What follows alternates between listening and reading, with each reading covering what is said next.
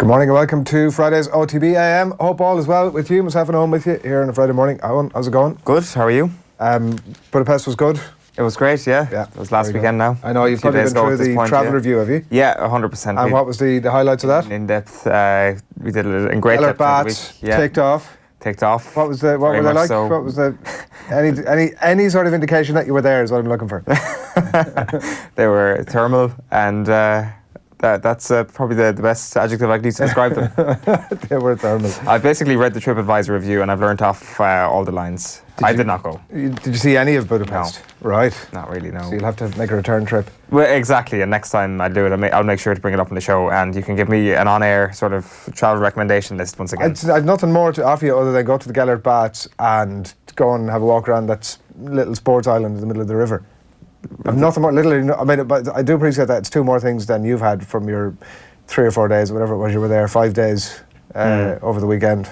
Yeah, I guess a disappointed touristic experience is how I would put it, but an enjoyable one all the same. But not a disappointment in general. Exactly. So I think we're all happy. And move on? Two things we want to touch on at the top outside of your non-trip last weekend. First of them, I was listening to Off the Ball last night, making dinner at home, getting kids ready for bed, that sort of thing is what's happening in my life at that time of an evening. And next thing, I am sort of hearing a conversation that I definitely had never expected to hear at the top of the show, which was Nathan in conversation with Stewie Byrne, who'd be a regular voice in football and Off the Ball, about how he's written an album. And not only has he written an album, he's gone and recorded it and sung the theme tune, wrote the theme tune and recorded the album. That's amazing. Are you aware of this hidden talent? No, not at all. So there was a great tease. We'll play some of this for you in the football show was the tease. So, you know, I'd obviously always love the football show and tune in every night. It's a good old 2-hour tee up right there, isn't it? I made an extra effort to tune in last night. And sure enough, here's what happened. Top of the football show last night. Let's hear it. Stewie Byrne, superstar. Hear the crowd, feel the rush. Drum to your beating pulse. Night, the dying night, anything that you do. That's class. Yeah, isn't really. it? Somebody was playing that in the office earlier on, and I was like, "Who is that?" I was like, and I'd heard separately that Stewie Byrne had sung on the show last night, and not for 1 second did I put 2 and 2 together. Like, that sounds unbelievable. How did we not hear this before? It's also, that song was about Wes Hoolahan. Was it? If you listen to the lyrics closely, it's like, you're raw and da-da-da-da-da. Street footballer. Street footballer does not quite come up. I think he's more sort of using euphemism, but it's superstar. Class. Yeah. Like, it's very 80s influenced, obviously. He mentioned some of his influences last night. What were the specific influences? Off the top of my head. But it's bloody exceptional, was the main thing that I thought. Like, because the concern you have in that instance is, let's say you were to land in here someday and go, listen lads, I haven't spoken to anybody about this, but like, I've written an album, I'm big into writing songs, and like, it was a huge deal for him, by the way, because he had said on the way over, actually what happened was, he was driving over here yesterday, pulled up at a set of traffic lights, and Paul Galvin walked across the road in front of him. And as Stewie Byrne was coming over, he was unsure as to whether he was going to play the song or not. And then he saw Paul Galvin and he thought, well, here's a guy who has had a sports career and has gone on to choose a totally different path that nobody would have expected. It's an omen, it's a sign. When I get over, I'm going to play the music. Fair play. Like, obviously comes from a talented family. Of course, his sister was teaching Kevin Kilban how to DJ there a couple of months ago with Groove Armada. So big shoes to fill there from that perspective. But highly impressed. So what I'm saying is, if you were to land in and say, here, I've got all this hidden talent that I've been working on, like, we're in the lap of the gods, because it could be shite. No, I've got no talent, so I'll never come in and say that. But I'll probably believe that I'm talented. So you but that's just have to exactly keep the that point. So up. we could go and play the song. It could be shite. I'd have to sit there and go, oh, and that's, look, keep at it. It's great. Like, sounds like a great thing to be doing. Sort of, But like, that wasn't the case. There was you didn't need to pretend with that last night. It was great. Yeah, it's almost it was brilliant. Like, I was going to say it's almost the best thing we've heard from an Irish footballer ever, but I think that would actually be doing an injustice to the track, because I can't actually think of too many other Irish footballers who produced anything of that quality off the football pitch. It would almost be an insult to say to Stewie Byrne that he's written the best football song of all time. Yeah, calling it a football song is a bit disrespectful, I think. Yeah.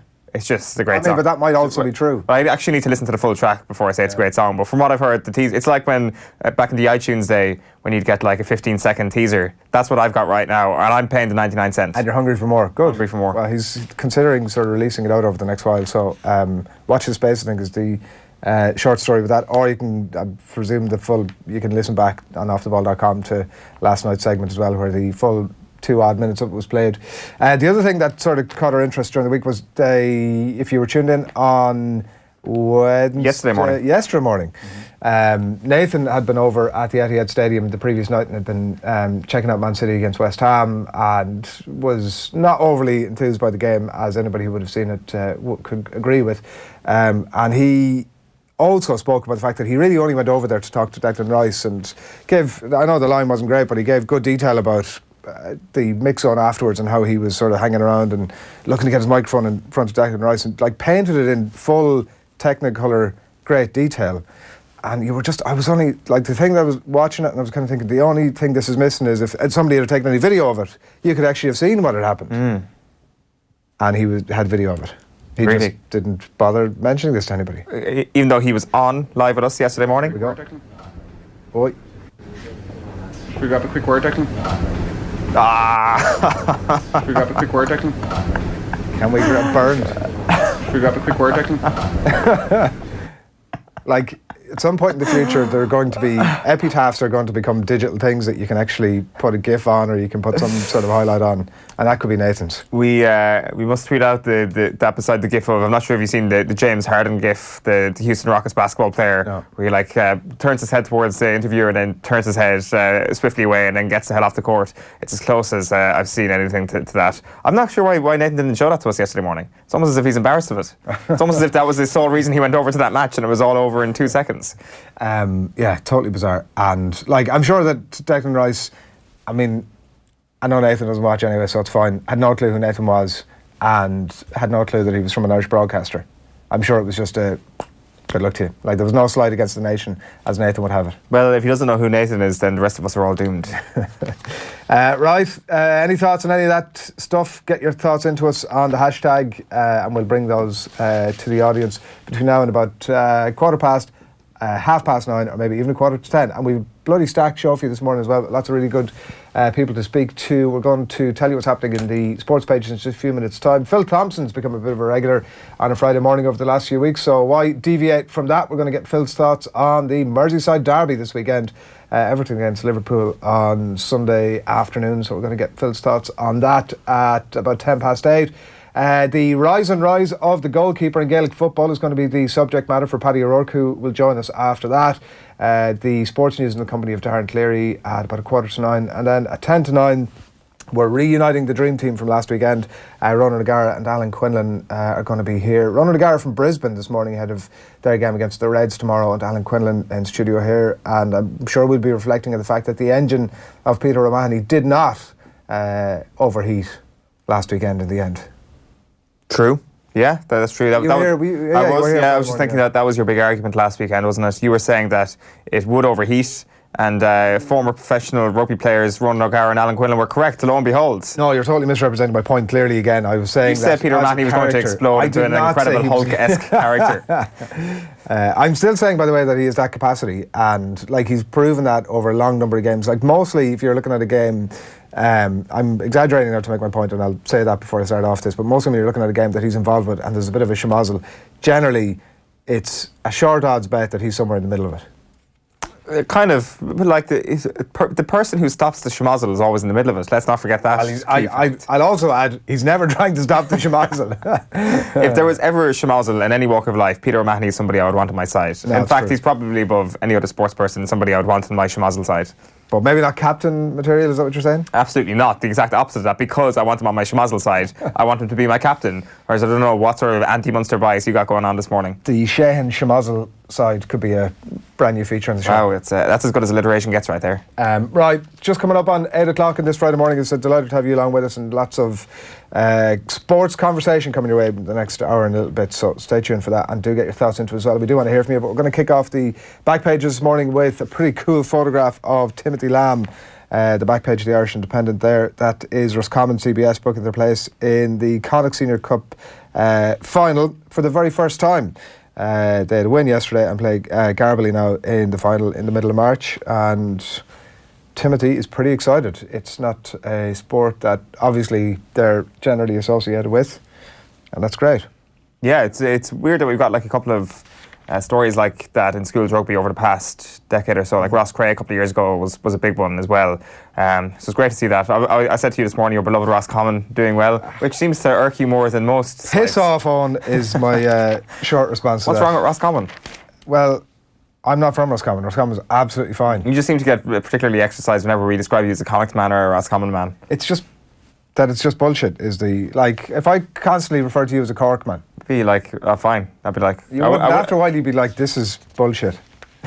Wow, I'm sensing a lot of skeletons in the closet here. There's no skeletons in Did the somebody closet. from Roscommon hurt you? No, I do have a lot. I'm from Westmeath, and it's not like a good catapult would lob a stone into the Shannon, right? So that's the sort of proximity, which isn't quite the official border either. But I have a lot of mates who would be from roughly my vicinity, some of them even further into Westmeath, and would be Connacht supporters. And there's a constant debate about whether one should support Connacht or Leinster. Now, I'm from Leinster, the province. I would just find it weird that even though my local club, which is right beside where I grew up, is officially plies their trade in Connacht Rugby and supplies a load of players to Connacht Rugby, I'm from Leinster. I would find it weird to be supporting another province. Well, I guess That's the background. Like, I guess nationalism and provincialism is a fluid thing, Adrian. So you do you, and congratulations on being a Leinster man. Oh, you're a wanker. De Gea ups the ante at United and bid for 500 grand a week deal is the other headline here, that star goalkeeper wants to double his money and match Sanchez as the club's highest paid player, in a headline that gets repeated at least a few times a year, that David De Gea clearly rates his worth, and whether United do likewise, I would argue, is maybe a bit of a law of diminishing returns, that the better United get, the less weight that De Gea has in that argument when he steps into that office and said, listen lads, if I wasn't here you're screwed. That's actually becoming less of an argument the better United get. There is truth in that for sure. Like, he is still would he be front runner to win Player of the Year once again for Manchester United this year? I think probably since the turn. Pogba could be up there. Pogba, Marcus Rashford would certainly be kind of leading that as well. So I'm not sure if he's a dead cert to win another, though. I think he's got like 4 Player of the Year awards, which is quite something for a goalkeeper at a club. But yeah, you're probably right in something you're saying. But there is also the element of Manchester United this summer now saying that they need to keep all their good parts if they're going to actually make that full improvement. Because let's face it, there probably is still an element of a new manager bounce going on at Manchester United.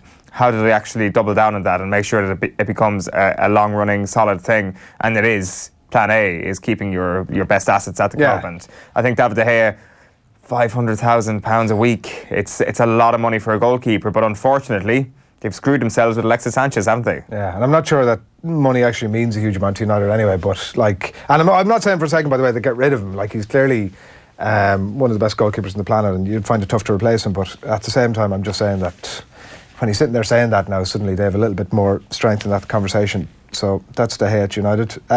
Dr. Crokes en route health for final as Buckley is cleared. This was the story, you might have seen some of the coverage on the Off the Ball social channels yesterday. Johnny Buckley, right, Cullen Keys here, has been cleared to play for Dr. Crokes in the All-Ireland Club final later this month. He was before the CHC last night to overturn the red card that he picked up against Mullinockta in that semi-final, and the footage ran on the Off the Ball social channels yesterday of exactly what went on. It hadn't been picked up by cameras. It was shown on TG Car, and this exact incident hadn't been picked up by the cameras. But anyway, as it turned out, there was a little bit of a sort of a low velocity rabbit punch, is how I might best describe it, to the stomach of his opponent, and the CHE decided last night that it didn't deserve a red card and that he was cleared to play.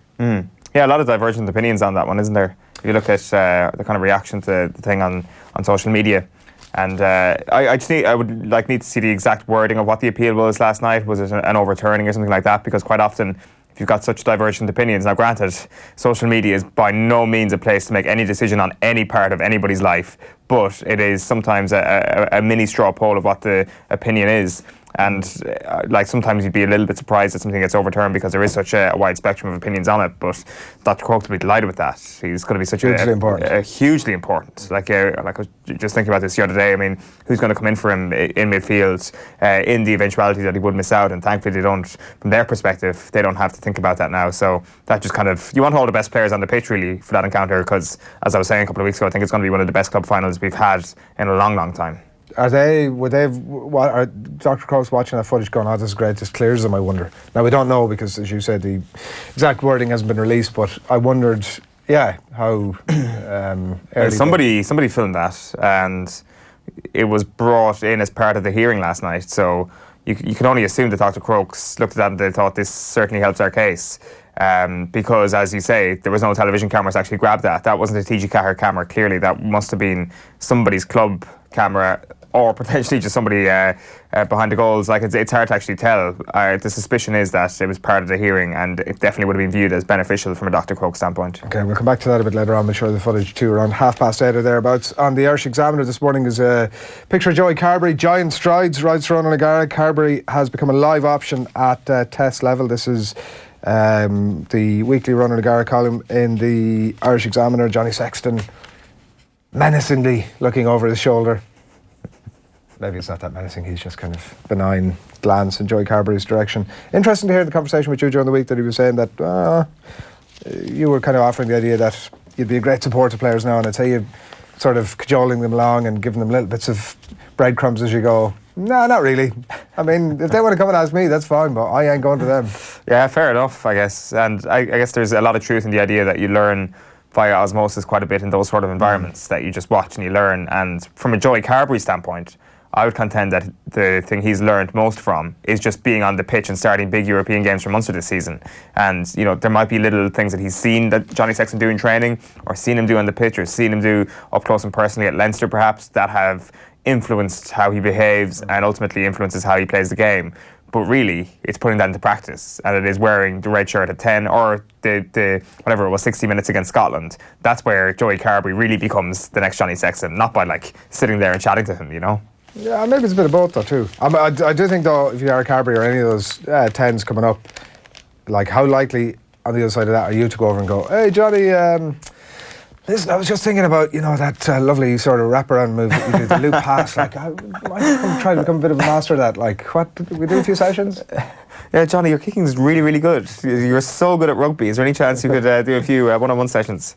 The Irish Times, meanwhile, it's rugby all the way here as well. Six Nations far from backing the new league. This is the story that brew up over the last 48 hours, that World Rugby had a plan to initiate a brand new rugby world league, our Nations Championship, as I've seen referred to it as well. And Jerry Thornley writing here that not everybody's fully behind this thing, and clearly there was some statements from the Rugby Players Association as well, also in the guise of their president Johnny Sexton this week, and they're not overly enthused by it either. Proposal has more holes than a soup strainer is the line of the morning so far in relation to that particular story, and we're going to get the thoughts of Ronan O'Gara and Alan Quinlan on that as well a little bit later this morning. It's the theme that's picked up in the Times Ireland edition as well. Sexton leads revolt over league plan. Alex Lowe and Matt Hughes writing here that international rugby's at war after Johnny Sexton and Owen Farrell participated in an angry revolt of senior players against proposals for a new global championship. 40 players, was one report that I read, 40 international players had jumped on a conference call on Tuesday night to pick through all of this, which would be a conversation that I would love to have been able to eavesdrop on, how even the mechanics of 40 people on a phone call actually works. But maybe it was just Johnny at the sort of top of the table in the sort of Dr. No role, saying, listen lads, listen up, hush up, gather round, that sort of thing. Yeah, how much is each rugby union going to make was a question posed, and then it just does a zoom in on Johnny Sexton. He's like $1 million, and he does the little finger into his mouth. Exactly. I presume that's how the conversation went. Waterford to make Walsh Park return is the other story here from Paul Keane. That it looks as though Waterford, a lot of controversy about this over the last couple of years, are going back to Walsh Park. That there was a bit of an infrastructure issue there, but it's all going to get sorted, and it seems as if, according to this report anyway, that they'll be back as early as this summer. This summer, yeah. This is actually an interesting one because Walsh Park's current capacity is 11,000, if I'm not mistaken, and it's been a long, long time since they played a Munster Championship game there. And the reason why they haven't played a Munster Championship game there for so long is because 11,000 people, it is viewed as just too small a crowd to have at a big Munster Championship game. This isn't too dissimilar to, the sentiment we've been hearing around Parnell Park over the last couple of weeks, is it? It'll be interesting to see what the reaction is from the Waterford public, from the travelling public for those two games, from the other county as well. Will they be demoralised and completely gutted by the fact that they can't actually go and see their team play in the flesh because there's only 11,000 of them allowed in? Or will they get around to the idea that actually this is fine, this is fair, this is better than Waterford having to play their 2 home games in a neutral venue? Once again, echoes of the sentiment that we're talking about when it comes to Dublin at the moment. There was a stand issue of some sort. I'm just trying to find the exact line here, but there was some sort of... No, obviously that was the issue. The issue wasn't down to the fact that there was too little people. When it comes to last year's competition, it was a health and safety issue last year. But I'm talking about previous Munster Championships. Okay, yeah, fair enough. What's the capacity of Parnell Park? Something similar, isn't it? Right. 12, 13 maybe? Yeah, I mean, it's an ongoing one. I thought we were going to get through a full morning without having to go at the Doves for playing at Crow Park. Not to be. Should we move on? Let's move on. Back page of the Herald is I'm up for it. Duff ready to fight for cause in Celtic role. Damien Duff there celebrating with their late winner against Hearts midweek. He says, I'm ready for it. I know the role and I know the club and it's a massive honour. Celtic is more than a club. Here you're fighting for more than that. You're fighting for a cause as well. I know what the club means to fans. It means the same to me, so I'm ready. I understand the club and Celtic Football Club aside, myself and football, I'm all about emotion and enthusiasm, as you can see by the picture there. And also, Spurs and United on alert for bail sale, says Charlie Rushholm. So Gareth Bale looks like he's going to be out the exit door at Real Madrid this summer. That would be how Tottenham Hotspur go to the next level. Do 2 things. Give Pochettino what he wants, and what he wants is a transfer kitty to spend on players. And a perfect available player who's got a bit of an emotional attachment to the club is Gareth Bale, who becomes available. If you keep Maurizio Pochettino and you get Gareth Bale, are Tottenham Hotspur Premier League title contenders next season? Now, they've spent almost nothing over the last 2 years, right? They haven't bought a player since Lucas Moore last January. Point 1. So the evidence of that they're going to book that trend anytime soon is scant. And even if they were, would it be Gareth Bale? Would he want to go back to Tottenham? Like, maybe he would. There is that attachment there, but there obviously been hot links with United as well over the last few years. And their capacity to hang on to Pochettino obviously is another thing that's speculated upon in some of the papers this morning. But so I think I appreciate that we are actually in the business of hypothesising, but does that win them the Premier League? Doesn't make them title contenders. It definitely makes them title contenders. But you could probably argue that they are title contenders already. Well, they're closer to 6th than they are to 2nd at the moment. Fair point. So I would say that they're not at all title contenders, and that they're slipping further away from that veneer that they've shown us over the last couple of months.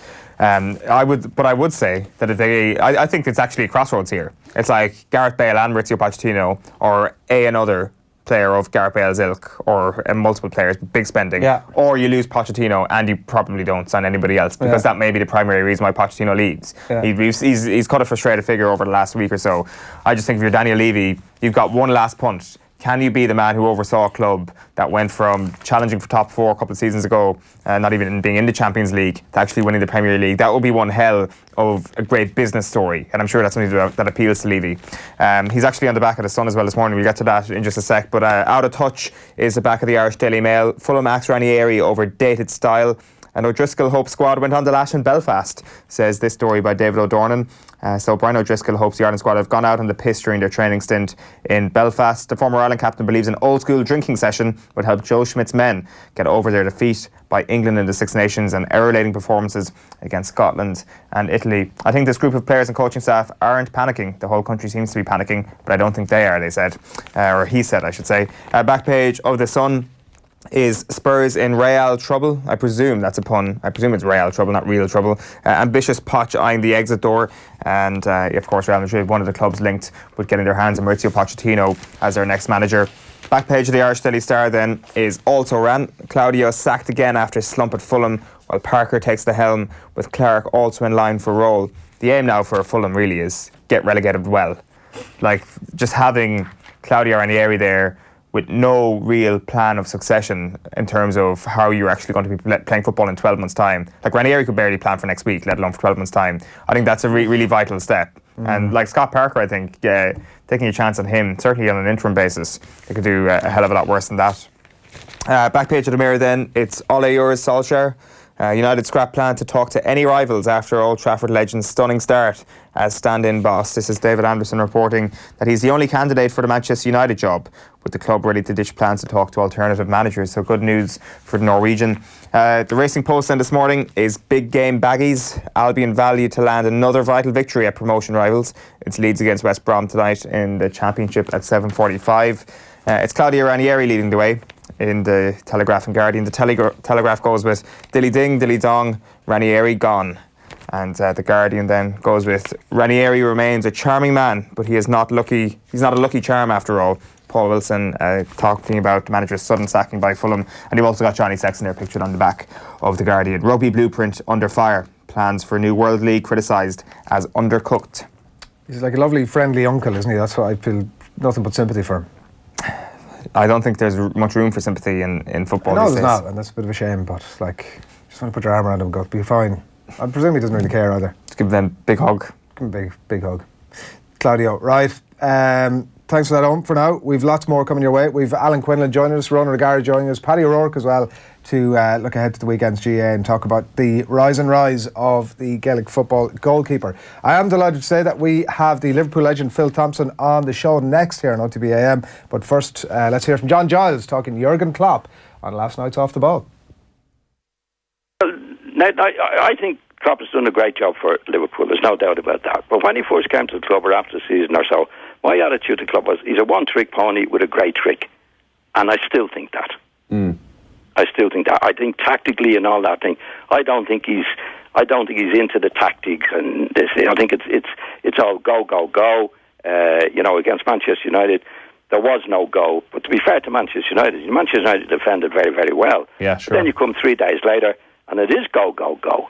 That's what I think he's done a great job doing what he's doing for Liverpool. But I don't think he's a tactical individual. I think he is. This is what we do, and this is what we intend to do. Yeah. And he sticks by it, and he has the courage to stick by that. Energy and enthusiasm. Sometimes it's right, and sometimes emotion, it's not so right. Phil Thompson, good morning to you. Good morning. There's John going off again. Another anti-Liverpool slant on it. He was like between gritted teeth. Was he actually saying Jurgen Klopp was good, or was he saying he was bad? I think he's saying that his line, I think that he frequently He's uses... a one-trick pony. Yeah, it's a good trick though, is the line. Yeah, it's not a bad trick, is it? It's not a bad trick. He's done very well. I don't know where we'd get a one-trick pony if he did leave us. And to say, I just don't know where these ex-Man United people come from. I really don't. Anyway, let's move on, guys. Obviously we wanted to get you on to talk about the Merseyside derby at the weekend, and looking back over even the last 5 derbies, at Goodison in particular, there's been actually just 1 goal between them over that time. Despite the difference in their league position at the minute, are you expecting it to be as close this weekend, Phil? Absolutely, guys. It's this is always one. It's been ever thus. When I was a fan, when I was a kid, it was always you were worrying about it. Now and again, you would get a big scoreline. I can remember Everton beat me when I was a kid, and they beat us at Anfield 4, but we got our own back on them when we went to Goodison and beat them by 5. But they were a little bit different. So, yes, I'm expecting a very tight game, no matter where they are in the league. They did have a good result against Cardiff, but I'm expecting it. It's that early part of it. Mind you, in fairness, I was expecting it last week against Manchester United, but never materialised the aggression from both sides. But maybe we might get it on Sunday. the derbies notwithstanding and their capacity to obviously get up for a derby notwithstanding, is this as bad an Everton side, Phil, as you've seen over the last couple of decades almost? I wouldn't say it's as bad as it gets. I don't think it's functioning as well as it can. Still don't think he actually knows anywhere near what his best team will be. I think if we talk about Fulham, maybe Ranieri in a second, but I look at it and all those signings that have been made in the summer, right at the death, I think it confused him more than it settled his mind about what was going to be his best defence. And I think he's had problems right throughout the season. So I think there's better things to come from Everton next year. But I think Silva needs to be given time. I think he is a good manager. I know people are always... Premier League is... Isn't it? You have a good couple of results and everybody's, this is the way ahead. And then you have a couple of bad results and he's got to go. I think we've got to be a little bit calmer about what we see and where the future lies. And I think Everton are like that at the moment. I'm expecting a really, really competitive derby. Some of the players that they have there are better than what they've been given in the last sort of 6 weeks or so. So it should be a decent contest. You speak about patience there, Phil. It seems like a strange thing to say at this juncture since they're going for the title, but could it also be applied to Liverpool? Because Jurgen Klopp has been saying this week that this is the start of something, not the end of something. I totally agree with that. And I don't know, I spoke to Ivan a lot on Monday nights, particularly in the early parts of the season. I expected a Liverpool challenge for the Premier League title, and I did, but I tipped Manchester City. But I said, what will happen, what you will find happen, is that Liverpool will be very, very close to Manchester City, very close indeed. But I thought City would win it. But I said, Liverpool, if we don't win it this year, we will win it next year. And I think that is where Jurgen Klopp is trying to come from.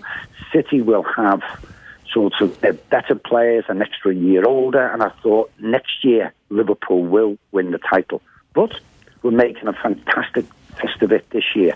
So I can see where he's trying to go. Is he's not setting up, he's not a one-trick pony. He does have a vision for the club, and to quote a lot of managers, a project. And he sees this being established for many years to come. And I told you guys last week that is a fear in some people, is that they don't want to see Liverpool having that cycle again. Yeah. I know I offered a slight counter opinion to that, and I spoke to a good bunch of people afterwards, and they were mostly with you. I'm happy to tell you that actually people are sort of generally of the mind that they wouldn't want to see Liverpool win this thing. Most of the neutrals, anyway. Are you concerned about the run? Like, City have a pretty straightforward run upcoming now, and it feels like it's a brilliant few months actually ahead. Normally we don't get this kind of two-horse race until it becomes a bit more apparent, sort of maybe closer to the end of the season. But for the neutral again, for the next few months looks so exciting. But are you concerned in some ways? Like the obviously City meet Spurs in the middle of April, I think it is, and they have a run of 5 games that really should be money in the bank for them. Yeah, it is, but it should have been money in the bank against West Ham the other night, and they made very heavy weather of it. And it should have been money in the bank for Liverpool against Leicester, against West Ham. So there's maybe a few twists and turns in this still to go. I've no doubt with that. But it is fantastic to have at least a race for it, because Manchester City, but by the turn of the year, had it won last year. So it will be good. I can see it going. But you're saying Liverpool's is difficult. I think once we've got Everton out of the way on Sunday, ours is relatively good. The tough games we've got are both at home, Chelsea and Spurs, and you can see at any given time they can be flaky. So both run-ins are quite decent. So it's whoever can keep the nerve, I feel. It looks like, there's Spurs at the end of this month from a Liverpool point of view, and after the Everton game, Burnley and Fulham after that. But I mean, there is frequently we hear sports people and former sports people talk about the intensity that comes with games like this one at the weekend. There's the intensity of that, Phil, obviously on Sunday, then there's Burnley, and then the intensity of the return leg in the Champions League as well. Like it can sap them, obviously, those types of games. Absolutely, but it goes for Manchester City as well as Liverpool. You do expect that. That's what your players are. But you can see now, after the weekend, down to double digits in the in the Premier League fixtures, and your quarterfinals of the Champions League, it's not far away. So it's not a thing where you've got to sort of try and rotate players. It's play your best team, go with your best team, deal with your injuries when they come, and you should be all right now. And that's why I feel as though keep rotating, you lose a little bit of that energy levels that you have. And it was like Liverpool went for these breaks in Dubai and to Spain, and we seemed to lose the edge rather than it giving us the edge. That first game back from the boat trips was absolutely dreadful. So need to keep the energy, but I think just head down now and go for it. And I presume the same applies on Sunday. What do you? Are we going to see another draw between these two? How do you see it going? No, it doesn't. I see Liverpool winning it. I do. I think the first early part of it, again, like with Man United, first 20 minutes, first 15 minutes maybe, we get through that, game settles down, and I think we are better than Everton. That goes without saying. And I'm expecting a Liverpool victory by 2-0. Yeah, I think the fact that Liverpool are better than Everton does definitely go without saying. Just one final point on the game, Phil. I'd be interested to get your take on how much better they are on paper. Like, how many of these Everton players will get into the Liverpool team? At this moment, I wouldn't say one. And I think even the ones who are not too bitter of a blue would probably say the same at this moment. The win against Cardiff were there for the taking. They'd just been drubbed by Watford just before it, so they were low on confidence. But man for man, there's nobody that you could really see the Everton players getting in, and that's not a sort of bias. I'm probably quite predict that some of my guys on Soccer Saturday would say exactly the same thing. But no, not really. But when you get the energy, you get that sort of drive and everything that comes for a derby game. That's why you get it, that you have it, particularly at Goodison Park, that you have a leveller. Just finally, before we let you go, Phil, we wanted to get your thoughts on Brendan Rodgers, obviously back in the Premier League. Opinion here a bit divided about him, because obviously there's a lot of Celtic fans and people thinking if he actually was after success, he should have stayed at Celtic. But your thoughts?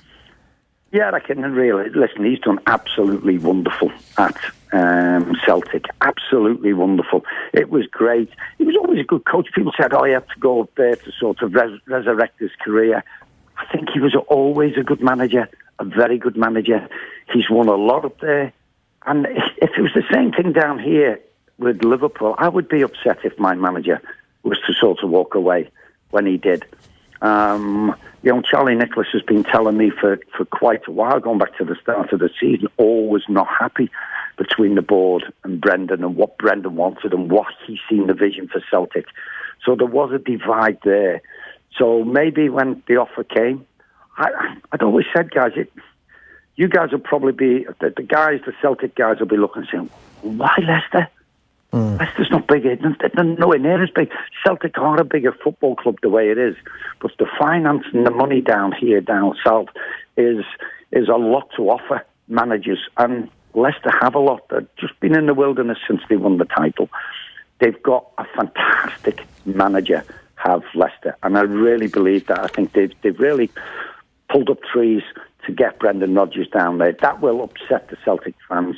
But I would think, and the way they are, forget about them. They have to move on now, Celtic, and the same goes for Leicester. It seemed, Phil, that Rodgers' stocks had plummeted a little bit by the time he'd finished up with Liverpool. Has time kind of eased that a little bit, and kind of there's more memories of what he actually did achieve in terms of getting so close to the title? That is exactly it, guys. I don't know where this thing was stuck and lowered, because he had that last sort of 12 months at Liverpool and things had gone sort of stale. Brendan was still a very good coach, going as near to the title that he had done with Stevie Gerrard, with Sturridge, Sterling, Suarez. He had them playing away, and I'd sat in his office with Brendan, and he explained tactics to me, and I thought, wow, that's quite clever. That's very well done. So I don't get that. I don't give that just because it didn't go right in that 12 months at Liverpool. He had done his stuff at other clubs, Watford, Swansea, and and then he'd moved on, and that's the way you do it. And I think he'd learned a lot, and I think he's learned, and he used that at Celtic. You do think it's crazy. The treble, why give that up? Why do it? But as I said, I think there was a lot more going on there than what the fans actually know, and that's the reason why he thought now is the time. Phil, thanks, I actually thought he would have a chance at Chelsea. If Sarri, the talk was that he was going, I thought he would have a chance there, and maybe his guys, his people, his agents or whatever, maybe he tested the water at Chelsea and they've gone, no, we'd look elsewhere if we wanted a manager, and I think that's why he plumped for Leicester. Yeah, maybe he's in the shop window too in a Premier League context on that point, a little bit more at Leicester than he might have been at Celtic. But we'll see how it pans out over the next while. Phil, thanks a million. My pleasure, guys. Have a good weekend. Cheers, you too. Phil Thompson on the line there ahead of the Merseyside derby this weekend. B-Rog for Chelsea. Well, he's obviously been there as a coach before, hasn't he? And Roman Abramovich has a particularly good relationship with him. Like, there was that famous anecdote of Brendan Rodgers coaching Abramovich's son. Right. Kind of. Well, that's going to endear you with the boss, isn't it? On a one-to-one basis, I think. Like, Abramovich's son wasn't a professional footballer or anything. Oh, I know, yeah, but why wouldn't you? It's kind of like I don't know, a sad enough errand to be kind of say. It's like pop out there and get milk for the office sort of thing. It's like, here, go out there and train my son. I don't know. I mean, he's not a professional footballer or anything. I think you're being unbelievably cynical on, which is not like you. Just on a more positive note, let's hope that this derby weekend kind of lives up to the previous iteration of this derby weekend, which I'm sure you'll remember, just before Christmas. Which was shite, if I remember. Was that right?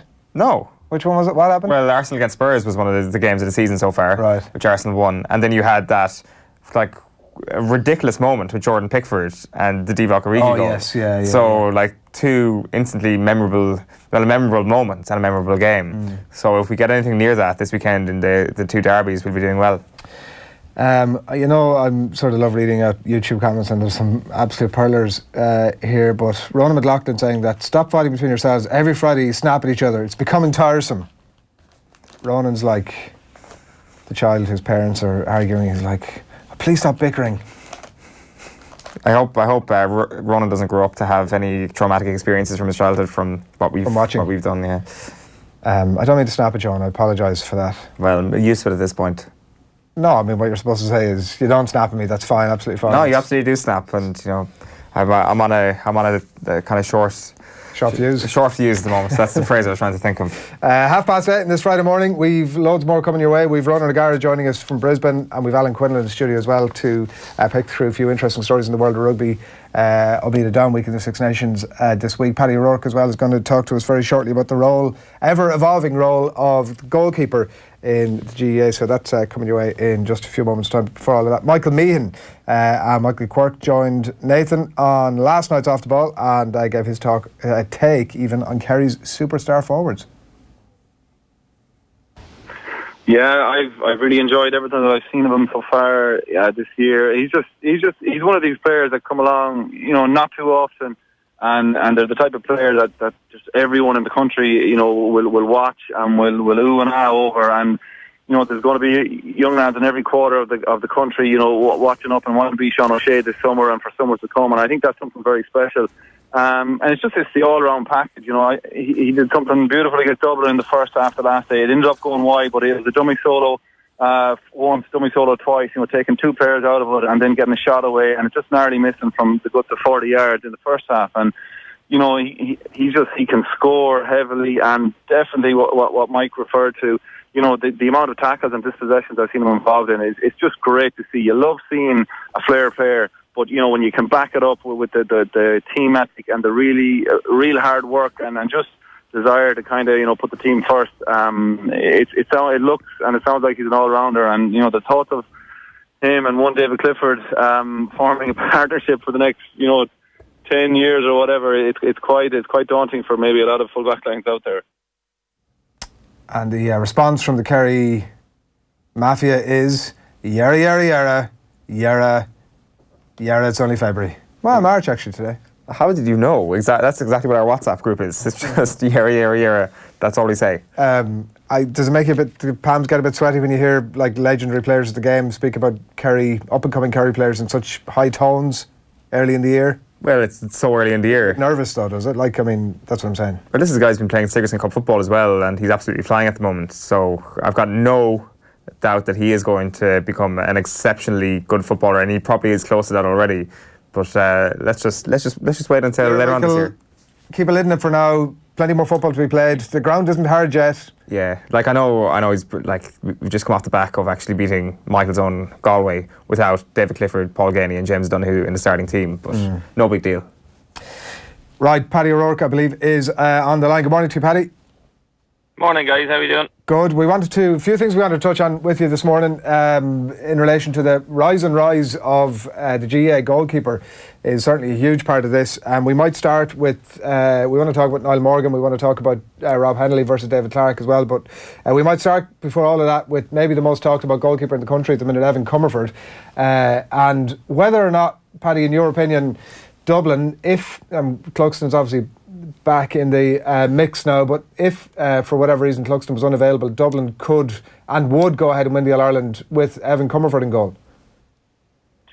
Yeah, well, I was in at the game against Mayo there on Saturday evening in Croker, and you know, I seen a tweet afterwards from Eamon Fitzmaurice, and I couldn't agree more. He's beginning to look this year like a fella who's about to make the number one jersey his own, rather than just a fella who's stepping in for a couple of games while Cluxton is hurt. He looked very composed and calm in Croker on Saturday night, and obviously saved a penalty as well. He's stepping up to the mark now and seems to have slotted in and looks comfortable behind that backline. What is it about Evan Comerford? People will have seen him, obviously, a little bit of him in the league. What is it about him as a goalkeeper that you're watching that stands out for you? On a team like Dublin, he just has to specifically think about just his individual role. You know, you don't see him getting involved in coming off his line to join the attack or to be a spare man at the back to take a ball and break out of defence. You know, he just gets the ball, hand passes it to the closest, the cornerback, fullback. That's his job done. Then he's back in goals. He's constantly making sure that everything around him is perfect. He's balls at either side of the post. He has his kick and tee ready to go. As soon as the ball goes dead, you know, they have I think it's a 6-second turnaround is what Dublin want. He's ready to rock and gets the kick-outs gone away. His kick-outs the last day were a platform for Dublin against Mayo. Ball on the tee, and he was pinging balls 45, 50 yards at his ease, just into space, into pockets of space, and the Dubs were on the attack straight away. Yeah, like, while you're right in saying that he probably wants to brush off the idea that he's an understudy to Stephen Cluxton, there is still hallmarks that he's modelled himself on Stephen Cluxton. Is that correct to say? Yeah, he looks a carbon copy of Stephen. Obviously, the two boys are left-footed. You know, they're small in stature, but they're great shot stoppers. They look comfortable with ball in hand as well, and they look like they're natural goalkeepers. You know, I seen him playing for the Dublin Miners back in Navan when Meath beat them there maybe about 3 years ago now, and like that, you could see that there was people talking him up already at about 18. You know, the supporters in Dublin had heard of him coming along and saying we've Cluxton number 2 coming along here now in the next couple of years, and they've really, you know, they've moulded him into that position of being Stephen Cluxton's understudy, and he stepped up to it. And I think now this could be his breakthrough year, which, you know, whenever Stephen Cluxton does hang up the gloves, he'll just fit straight in. One of the things that has been touched on over the last week or so is like the Croke Park element and all of that. You'll have played there as a goalkeeper yourself. Like, how vastly different is it? Because obviously you got wider sidelines and all of that. Because it seemed that the Evan Comerford performance from Tralee was vastly different to the one we saw in Croke Park last week. Yeah, the pitch is bigger. You've more space. You know, when you go to a provincial ground, if you're playing a Meath in Navan, or if you're playing Mayo down in Castlebar, you're trying to hit the man. In Dublin, in Croker, you're just hitting space because you know that you have the comfort line of there being a little bit more space around where you want to place your kickouts. And I think it certainly is a home comfort, because when the Dubs play there, they know exactly how far they need to kick the ball. They know at what pace, you know, at what level of strength to just pop balls into that space, and the runners are going to be there. We wanted to talk about Niall Morgan quickly, because the idea of him as a fly goalkeeper, it's nothing new in terms of the GAA as a whole this year, but it's just happening more often, isn't it? And Niall Morgan getting scores from play in 2 consecutive games and all of that sort of thing. Is this a trend that's going to keep on going, Paddy, or have we reached peak fly goalkeeper, I suppose? Like, could you ever see somebody like Dublin kind of transforming Cluxton, or perhaps Comerford even, into a fly goalkeeper at some point eventually? No, absolutely not. I think just the way that Tyrone set up in them games against Mayo had nearly everybody back behind the ball. They were protecting a lead. The play had gone static. There was nobody within the Tyrone half. Niall Morgan comes up to halfway just to be an added player. It was kind of like a game of possession that you'd have in training, and there was nothing for him to do at home, so he just tipped on up the field. And the same down in Roscommon had retreated inside their own 45-yard line, and he joined the attack. Now, I'd never see Dublin going down that route. I don't think they'll ever need to, and I think there's only a few goalkeepers in the country that can add to that fly keeper role. I know Niall plays out the field with the club, so he's more than comfortable on the ball and with ball in hand. Yeah, you definitely feel it, because you look at it and you think, Jesus, every county should be at this, and then you realise that actually how many keepers in the country actually have the capacity to kick it with such assuredness and calmness as Morgan did that day. So, I'd love to see players doing it, like not with the last kick of the game, that actually in the first minute that our coaching team have enough faith in the manager who has that capacity to push them up in the first minute and say, listen, if the opportunity comes, go for it. Do you see that sort of thing happening a bit more with keepers that are capable of it? Not really. I think when the game starts, everybody has that extra bit of energy. The lads are buzzing. If a team does get a turnover and the goalkeeper's off his line, like the All-Ireland Intermediate Club semi-final there in Navan, was it St. Aina's from up in Belfast against the team from Spiddle in Galway when Manus Bracknock got overturned. If you can get lobbed early on in the game, I think that it gives the opposition team a platform then to go and attack, and certainly with the high stakes going forward from here on in the league and in the championship, I don't think teams will be pushing up and pushing a fly keeper up early on in the game. It's all right if you are chasing lead, a team has retreated and it's into the last couple of minutes, that a goalkeeper can join the attack and add an extra man, so to speak, an extra body maybe to break the line. But no, I wouldn't be encouraging it early on in a game anyway. There's a real battle for the Mayo number 1 jersey as well. Who's a better goalkeeper in your opinion, Paddy? Rob Henley or David Clark? I would have always said Rob Henley, even before and after what maybe happened in the All-Ireland final. I just see him being an all-round better goalkeeper, ball in hand, kick-outs, shot stopping and that. Now, it's just unfortunate for the county down there that they've 2 high quality goalkeepers and they have to try and pick and choose to maybe keep both of them on the panel. But I would have always gone with Henley over Clark. Yeah, because it seems like the general consensus seems to be marginally the other way around, but you're seeing a bit more from Henley that impresses you.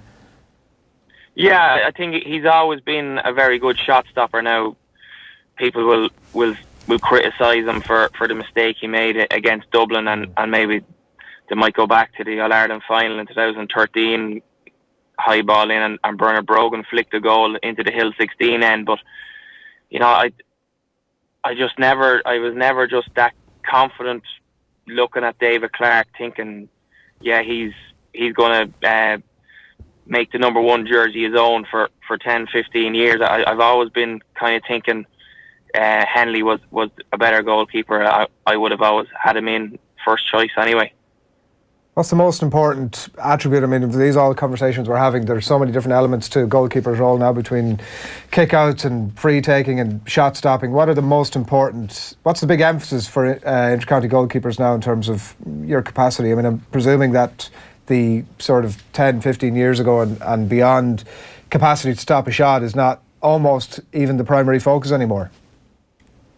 No, it seems to be there's so much emphasis put on team meetings and county meetings on your kick-out percentages 1, your possession, ball possession 1, and you're coming in at half-time into a dressing room and a fella will come over with an iPad and he'll say, right, we've had 8 kickouts in the first half. We've won 6 of them into this position. We've lost 1 over here, and we've lost 1 down the middle. You're going to have to, go to the corner back, or this pocket of space out to your left is the one that you've had most joy with. The kickouts has really put more emphasis on the goalkeeper. Even training drills and what lads are focusing on now has completely changed. Like back when I started out, maybe in about 2008, on the Meath squad, you were looking around at other keepers, and it was a case of you'd 2 midfielders and you'd 2 half forwards who would compete for their kickouts, and it was try and get the ball out there as far away from your own goals as possible, let them compete for it in the air, and then you had to be a good shot stopper and decent under the high ball. So it's gone completely more kick out based, where you have a lad who's able to pick out passes there 30-40 yards, pop balls into space, get a quick kick out away to a corner back, and just maintain possession. It's gone 9/10 of the law now is possession in football, and the higher your stats are as a goalkeeper, it seems now that the better you're playing. Is that, is it too simplistic finally to say that that's just the Stephen Cluxton factor? Was it something that was going to happen anyway, or was it down to him?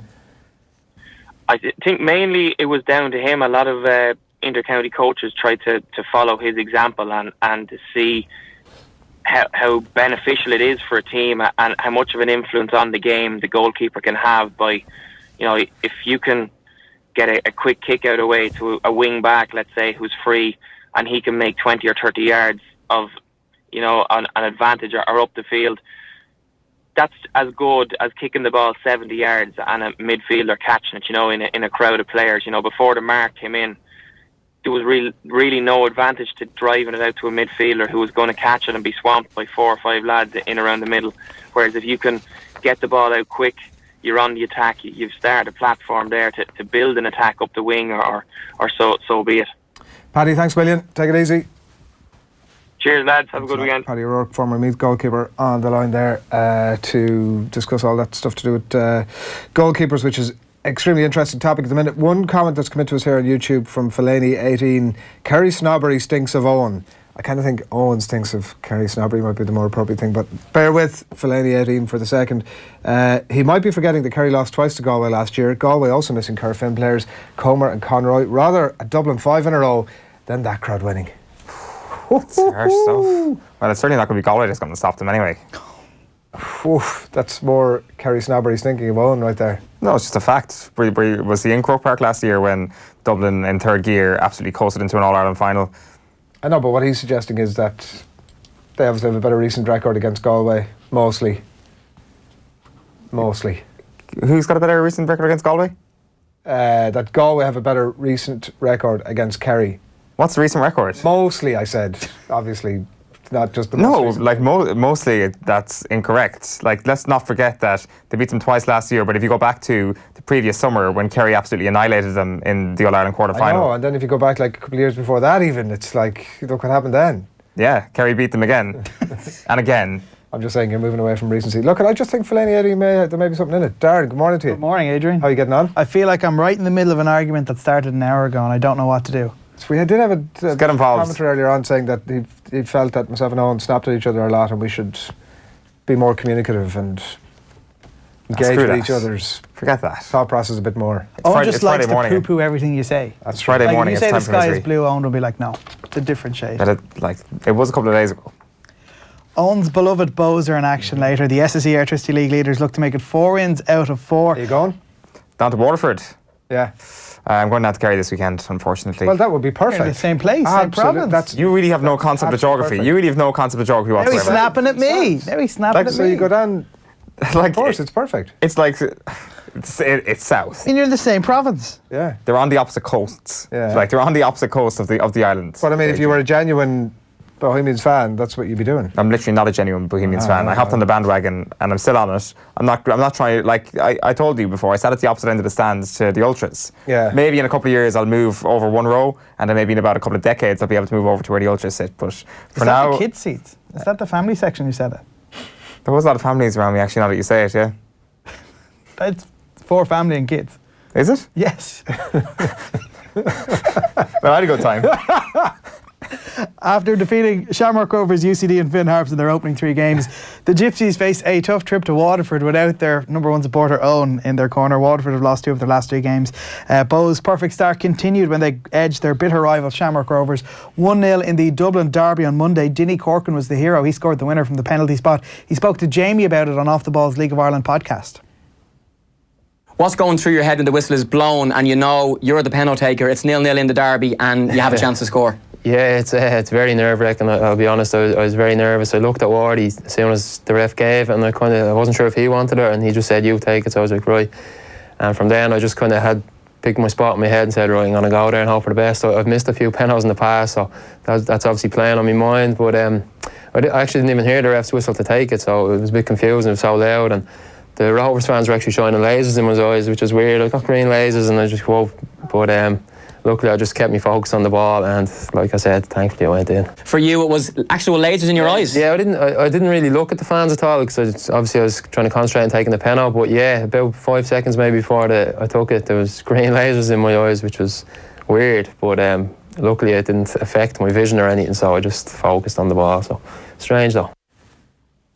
Yes, Pats dropped points on Monday with a goalless draw with Finn Harps at Richmond Park. Harry Kenny Saints begin the night in second ahead of a clash away to UCD. 2 sides with title hopes meet at the Tallaght Stadium. Shamrock Rovers face a Dundalk side who've had a shaky start to the season. Well, after beating Sligo to register their first win of the season on Monday, Cork City welcomed Derry City to Turner's Cross. 2 teams looking for their first wins of the season's meet at Ballybuffet. Finn Harps entertain Sligo Rovers. In the First Division, Shelbourne hope to make it back-to-back wins. The Reds entertain Cabinteely at Tulka Park. Elsewhere, it's Bray taking on Limerick, and Wexford meet Galway from 7:45.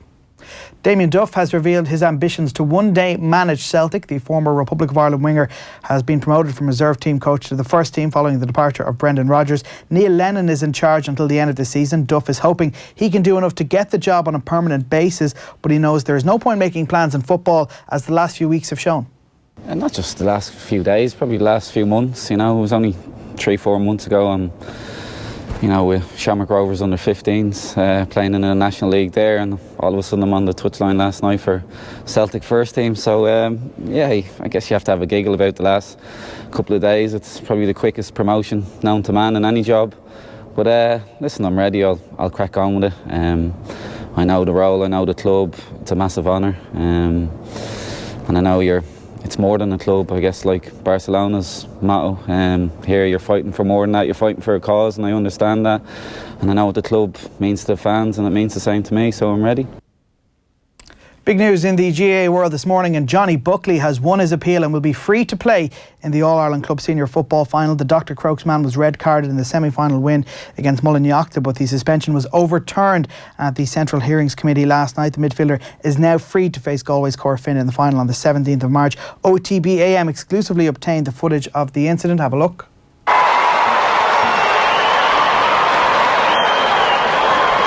Looking at the mid-right of your screen here. There we go. And we got a bit of a slow-mo action on that as well. Referee a bit late to the scene. There we go.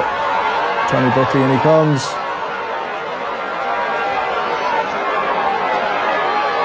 I mean, much ado about nothing. Yeah, it would appear to be that the appeals board have viewed that footage, and maybe other footage not available to the referee at the time and the angles that he saw it from, and have deemed that it was not a sufficient sending off.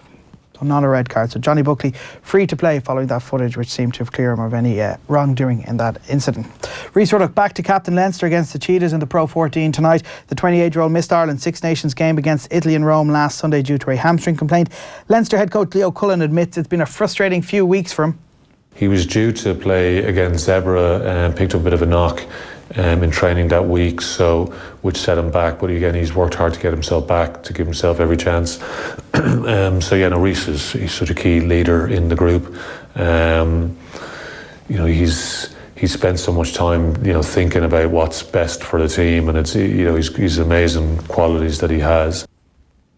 Plans for a new World Rugby League are reportedly dead in the water. A number of leading international players, including Ireland's Johnny Sexton, spoke out against the proposal yesterday. The 12-team tournament would comprise teams from the Rugby Championship and Six Nations, as well as the United States and Japan international teams. Early indications are the competition would begin in 2020. Among the players concerned cited yesterday, player load challenges from multiple top-level test matches in different countries and time zones in consecutive weeks, increased long-haul travel in short time frames, a lack of real opportunities for Tier 2 nations to progress. It's understood there will be no promotion relegation scenario for at least 12 years, while increased conflicts between country and club demands and potential impact on the Rugby World Cup and Lions tours, as well as the long-term quality and integrity of the international game. Now, World Rugby responded yesterday by saying the players' assumptions were inaccurate and that playing load is at the heart of constructive dialogue. The Telegraph cited a Six Nations source today who says the players' statement is a fatal blow to the tournament in the current format being shopped to unions and broadcasters. We'll talk to Alan Quinlan and Ronan about that very shortly. Niall Cavan on YouTube. In relation to the Bale to Spurs debate, I heard that Real want Ericsson in exchange. Not that straightforward for Spurs.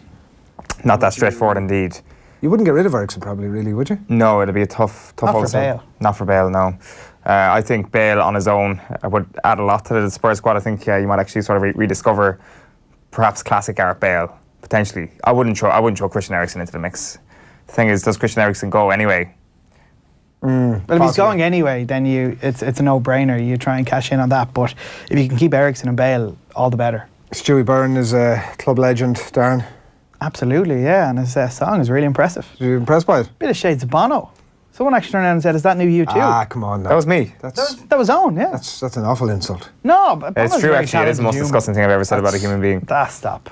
Bono gets come too on much now. stick on this show and every show and everywhere in Ireland. You're a fan, are you? I'm a fan of his achievements. I think they deserve respect. Yeah, but as a singer, as a musician. As a musician, I'd be a fan of Bono the musician. Would you? Yeah. As a singer? As a singer, he's fine, yeah. There's great longevity in him, Adrian. He must be doing something Yeah, right. but longevity is not like a... You know what I mean? Absolutely, of course it is. That's a sign of success. Maybe all those gold records. Maybe that castle in Killiney. I don't feel quite as strongly as I feel about hurlers having to take off their helmets for the national anthem, but... I didn't hear much about that at Congress, actually. No, There seemed to be a lot more serious matters at hand. Funny that. Darren, thanks a million. Cheers, Adrian. Anthony Moyles. Ronan is on the way, by the way, as is Alan Quinlan. We're going to get stuck into that World Rugby story with the three lads and a few other bits and pieces as well very shortly. But Anthony Moyles joined Owen on Tuesday's OTB AM. He had a theory for what the Irish rugby team need to do to get their Six Nations ambitions back on track. They need a good piss up this weekend. Yeah, absolutely. That is that what you would have done during times when the confidence was low? Yeah. Get the pool table out, Frankie Dolan-esque. It is a tricky one. Like, I'm sure, like, once the confidence is that sort of low, or there is sort of this mystique around why it's so low. It's like sometimes there is much more ridiculous ideas than actually, going on the piss for a couple of days or doing something to just distract yourself. Yeah, it's definitely been a theory that's put out there by lots of other sources as well later in the week. Alan Quinlan, good morning to you. Good morning, Adrian. I was the first one to say it. Was I last week? You were up there, yeah, yourself. Monday. Were you saying it on Monday? I think I said it on Monday. That was the first. The text getting stolen now. It's disgusting, isn't it? Gordon Darcy and Brian O'Driscoll following suit as well. We've Ronan O'Gara on the line from Brisbane as well. But what that's... I mean, it's too easy though, isn't it? Like, it's too easy to say, just go out and have... But I think the message kind of around that is just relax a little bit. It's not even to go out and get hammered. It's just to take a little bit of pressure off and maybe train a little bit less this week and kind of enjoy themselves a bit more, because it is a very highly pressurised environment, and up to this point it's worked incredibly well, and they've kind of hit a bit of a stumbling block. And really, I've been trying to think about this, because everywhere you go people say, what's gone wrong with Ireland? And I'm trying to think about it, look at it, assess it, watch back games. I think the endeavour is still there, the passion is still there. Is the execution still there? Maybe a little bit, and that's coming down. That's on the back of the opposition putting on massive pressure on. Like, if you're the champions of any league or any at any level, I think when you go and play someone, the opposition are far more alert and determined to beat you. And I think that in the first three games, Ireland encountered three teams who obviously they had their own plan and structure, the way they wanted to play, but most of it was based around how do we stop Ireland, how do we frustrate them, how do we close down their space. And then they've kind of been put in a position of really intense pressure and a strategy around how to stop them. And they haven't really encountered that in a while, because usually they're on the front foot, they get over the gain line, they kick well, guys make line breaks and they score tries and they build pressure and momentum themselves. So they've had to that's kind of had an effect on them as well. And probably the English game was a bit of a hammer blow. Joe's mentioned that during the week. So maybe just take a little bit of pressure off, remind each other that we're good players and what we've achieved last year, and have a few points and stuff. Yeah. It nearly takes on a life of its own. It does. That's the difficulty now, that it's like the Liverpool comparison, that like actually if there are a couple of bits and pieces going wrong, they might be fixed in the grand scheme. Let's say Liverpool had been 4th or 5th, they're out of the title race. That stuff might have just been fixed and come right, but the spotlight is on them. And look, they can still win 4 games, Adrian. You know what I mean? It's going to Cardiff, beating France at home, and Wales are going to be a different proposition. But just to relax a little bit and maybe just remind themselves. But it's difficult to relax but that's the point, isn't it? That it's actually really difficult to relax. It is, and listen, the Six Nations has always been an intense period. The only problem I would have if gone out for a few pints, if I was with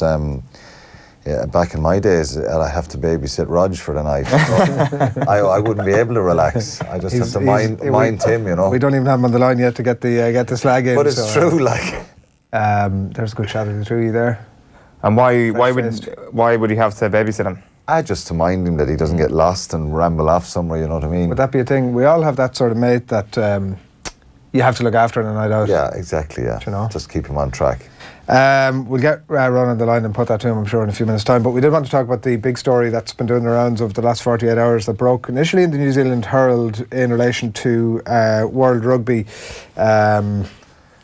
And these proposals that we'll try and make as succinct here as possible to bring people up to speed who haven't heard it just yet. And at some point or another, Tommy's going to put up the fixtures as well, that the potential fixture list that Ireland would have, just to give you a proper sense of what this new initiative might look like. So it's the World League, or the Nations Championship, as I've seen referred to by Brett Gosper, who's the CEO of World Rugby. The general ideas around this: Japan and USA would join the existing rugby championship teams. All the main Northern Hemisphere teams would take on the major Southern Hemisphere teams every year now.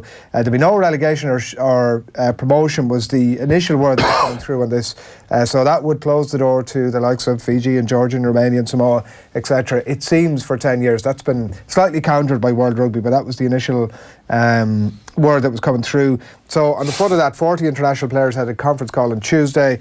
They'd said loosely that they'd welcomed the idea at the back end of last year, but had major reservations about it now. And those reservations were in relation to things like player fatigue specifically, and this was delivered through Johnny Sexton, who's in his role as president of the International Rugby Players.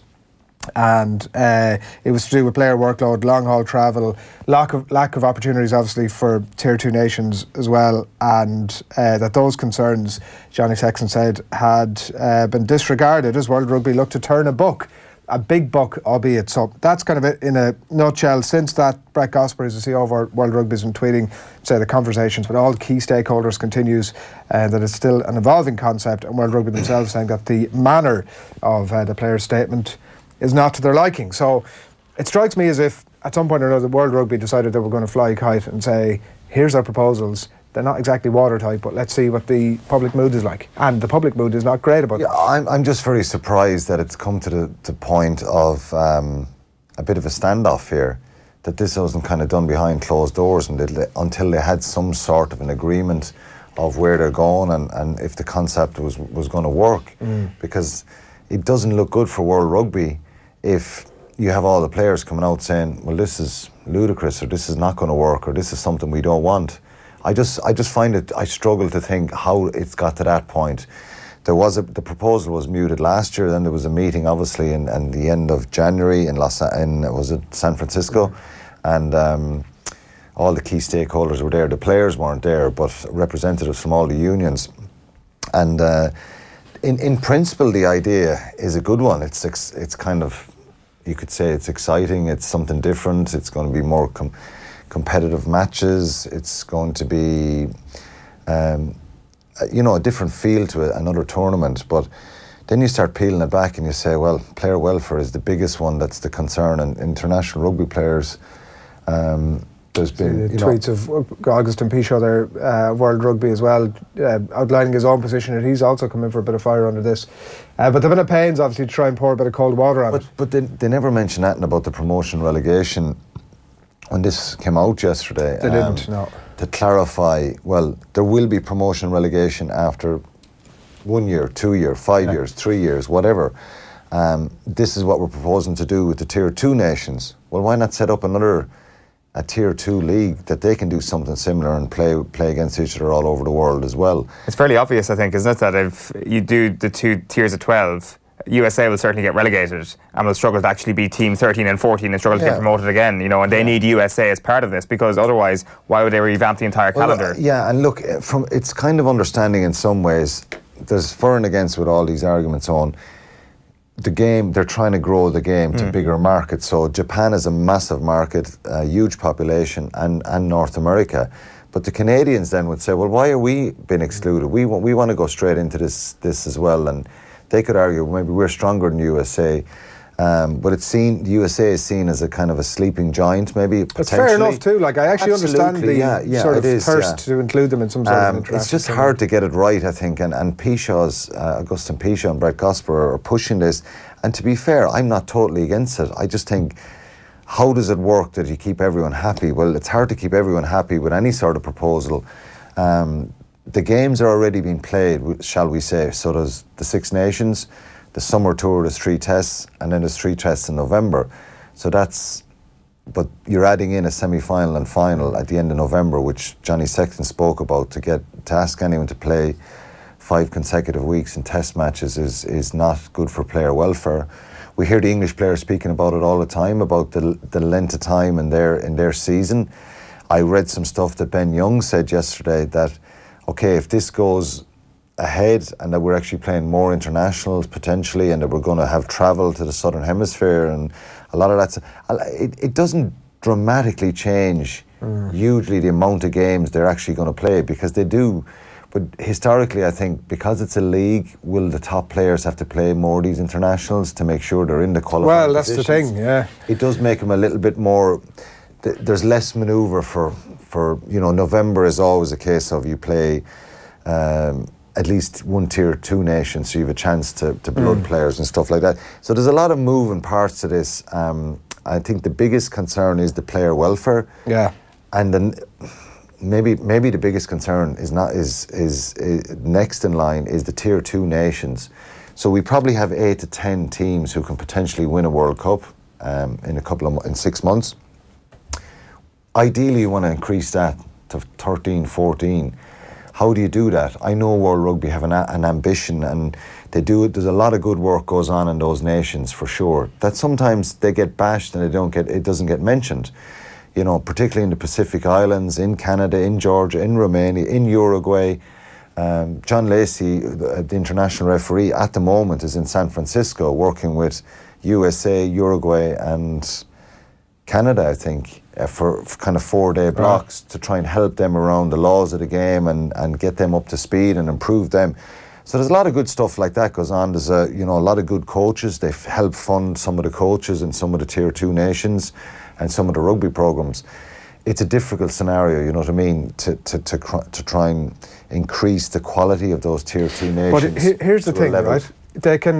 So part of the rationale here is to include the USA in some sort of major tournament to milk that market, right? Yeah, so to try and get more money, more investment, more sponsorship, more players. And that's absolutely sound logic. I don't see any truck with any of that at all, and the same applies to Japan, right? So wouldn't it be brilliant if USA were capable of beating Ireland, England, Wales, Scotland? So what they've done here is something that happens in political circles all the time. They'll float out sort of that they've had a bit of a discussion about a plan, and we haven't quite finalised it, but here's kind of what we're thinking, and they get all the feedback and they go, right, most of the stuff that we're talking about is not, the player fatigue one might be more difficult not to crack, but most of the other stuff is crackable in some way, shape or form, but they can come up with a solution to some of the other stuff. But when you do come to that solution, which I think is not, particularly in terms of the promotion relegation thing, one thing that is left for me that is insolvable, doesn't it kill Rugby World Cup? Why would you need a Rugby World Cup? It does kind of dilute it. Why would you need it? You already know who the best team. Every year now, you know who the best team on the planet is. There's no requirement every 4 years to gather and have a tournament. It doesn't. You're very right to say that it does dilute that, and so there's so many there's probably more negatives than positives here, and it's probably been driven more so by SANZAR, which are the Southern Hemisphere unions, because financially they're probably the ones in most need, particularly Australia, South Africa and Argentina, who need to generate more money and that they're financially have problems. So a TV deal to cover this World League will automatically give them a payday, a good slice of the TV money. Yeah, it's a really tricky one. There's so many things. I think the problem World Rugby have now is, and I'd love to see it, I'm out of the game, I'd love to see all these games and be travelling around, maybe working for some of them, and the concept, and it might work brilliantly.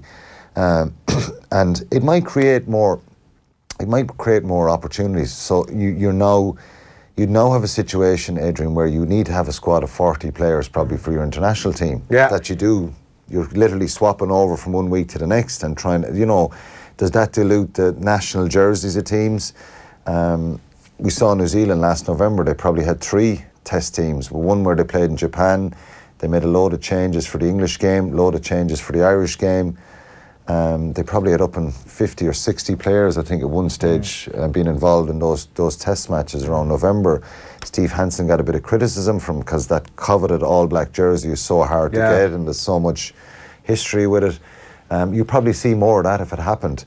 But I don't think we should knock World Rugby completely here and go, it's not a crazy idea, but I think there needs to be more conversations and more discussions about it. And going back to the Ben Youngs thing, his quotes and the way he spoke, he's a passionate Leicester man. So what does the Leicester Tiger fan think of possibly seeing very, very little of Ben Youngs in the future? Because they have their own issues in the Gallagher Premiership at the moment around number of games they play and number of internationals. So it just, he mentioned that. What does my club think? They mightn't see me as much, So it might have the same kind of impact as the provincial game has had on the club game. What's come out now is World Rugby have got to take the views of the international players on board and say, right, obviously there's a lot more talk and conversation to go on here, but I would like to see, maybe it's not feasible to see a Tier 2 World League, that they're actually playing one as well, the Tier 2 nations, that they can say, right, we're playing regular competitive fixtures, and that here's something we want to aim for to try and get to the top. But you just imagine there's going to be a lopsided situation for a couple of years with USA and Japan. Yeah. And Japan have shown in the past for sure that in World Cups, and when they get themselves together, and they'll be actually very dangerous to this World Cup, that they can hit those big performances on occasions as well. But you can imagine New Zealand playing USA in Auckland. It'll be New Zealand B. That's the solution to the player fatigue thing. Yeah. Do you think this is like trying to combat in a way the view of rugby and the test culture that exists, that may be a little bit antiquated, that people see, like personally I've got no issue with the test culture, particularly around November, like beating the All Blacks and stuff, I was happy as the next person about that, but the criticism is like, I should have only friendlies and wait till they actually win the World Cup, that actually when people say, where's the trophy at the end of the year, actually here's the trophy. This is the World Rugby are trying to combat, to try and get away from this antiquated notion of a test culture. We probably would have had that trophy in 2018, yeah. So it's, but look, it's, the issue with rugby is there's a lot of historical, sentimental attachment to some of the competitions, particularly, and rightly so. Six Nations is an incredibly famous and historical tournament. You go tampering with that a little bit, and there's a fair bit of resistance. I wrote a piece there last week about, the possibility of having promotion relegation. It's come up before in the Six Nations, and Georgia are ranked higher in the world rankings over Italy. Italy beat them in November, which was that was a really, really important fixture for Italy in case anybody starts talking about it. But I think promotion relegation, the Six Nations, is something that should be looked at.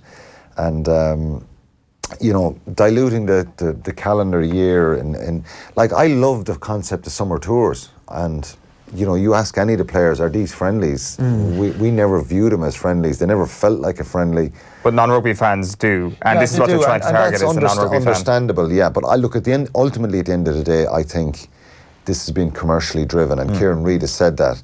And for the players, Owen Farrell, Kieran Reid, and Johnny Sexton, 3 high-profile players, to come out publicly with this kind of resistance, and the statements they've made would indicate that they're poles apart in their thinking.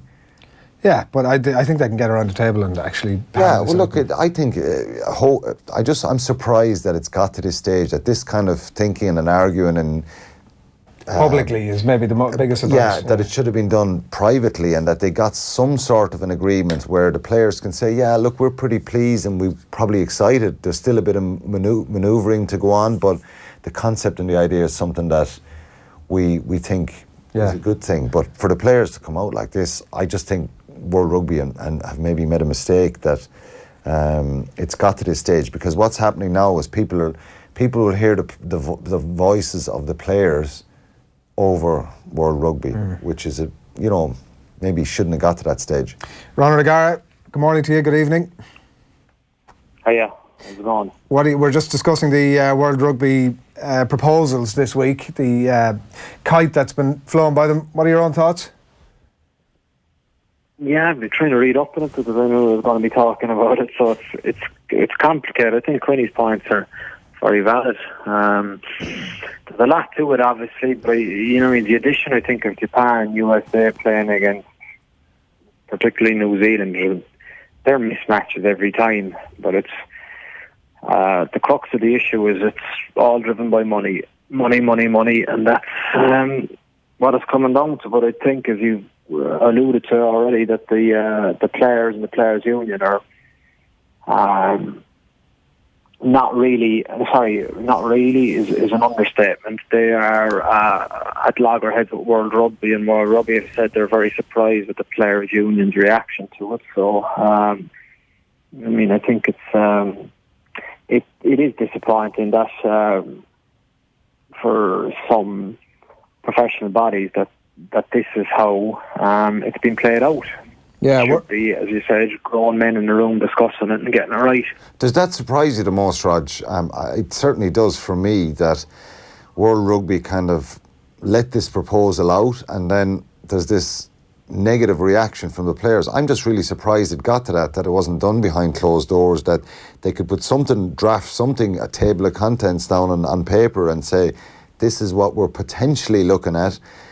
We still have a bit to go to agree it, but I'm just amazed that World Rugby have kind of released it, and then the international rugby players have gone, hold on a minute, we think this is crazy. Basically, that's what they're saying. I'm just surprised. Well, I think maybe I'm reading between the lines, is there some big pressure from obviously the money men behind these decisions, in the fact that I think every nation is guaranteed 14 million extra, isn't it? Yeah. So it's a case of you need to get your ducks in a row, boys, and this money will be guaranteed for you. And money makes the world go round, and there's uproar over here on the fact that the Pacific nations have been excluded for 12 years. It's just, you can't do that to nations like Samoa, Tonga, Fiji. That's, I think, the beauty of rugby, is the fact that so many good players coming from these islands, small islands, and a lot of them end up playing in New Zealand and in Australia, but they have massive pride in their own identity for playing for countries like that. And rugby was a game for all shapes and all sizes and all people, and now all of a sudden it seems to me that there's going to be massive exclusion, and I think the supporters are probably hurt in that regard. Yeah, World Rugby have issued a statement to say that nothing's been signed or sealed, and that actually the idea of promotion relegation is definitely something they could look at. So whether it was part of the initial proposal or not, it does seem to me... They just forgot that bit. They forgot that bit, but they can bring it back easily. That was a retract, wasn't it? They didn't initially come out with that. They came out with that after... Yeah, after the reaction, So the strong comeback from the players' union. Yeah, and the point being that, right, that's easily fixed. You sit in a room, you fix it in 2 seconds flat. But the thing that we've just been discussing there, I don't know if you might have just not been on the line at the time, but the thing that they can't fix is that suddenly tournaments like Rugby World Cup become fairly redundant in the context of every year you know who the best team on the planet is. So why do you need to gather every 4 years to decide the same thing? Yeah, and I think the idea of I was just telling, I think in terms of reshaping and change, I think change is always necessary for the betterment. But there's no point changing something and then realising 18 months into something, oh, we've got this wrong. So it needs thorough thought through and thorough thought process about how you want to restructure it. And I don't think the World Cup will ever be devalued. I think that has a special place in their heart, along with Lions tours, and there has been proposals to keep those tours alive. But so much of it too is going to be based on, when you look at the 3 games that the Southern Hemisphere teams play, and then the 5 games that one of the teams has to play in a row. Where are they actually playing, and who has home advantage? Stuff like that still applies if you want to be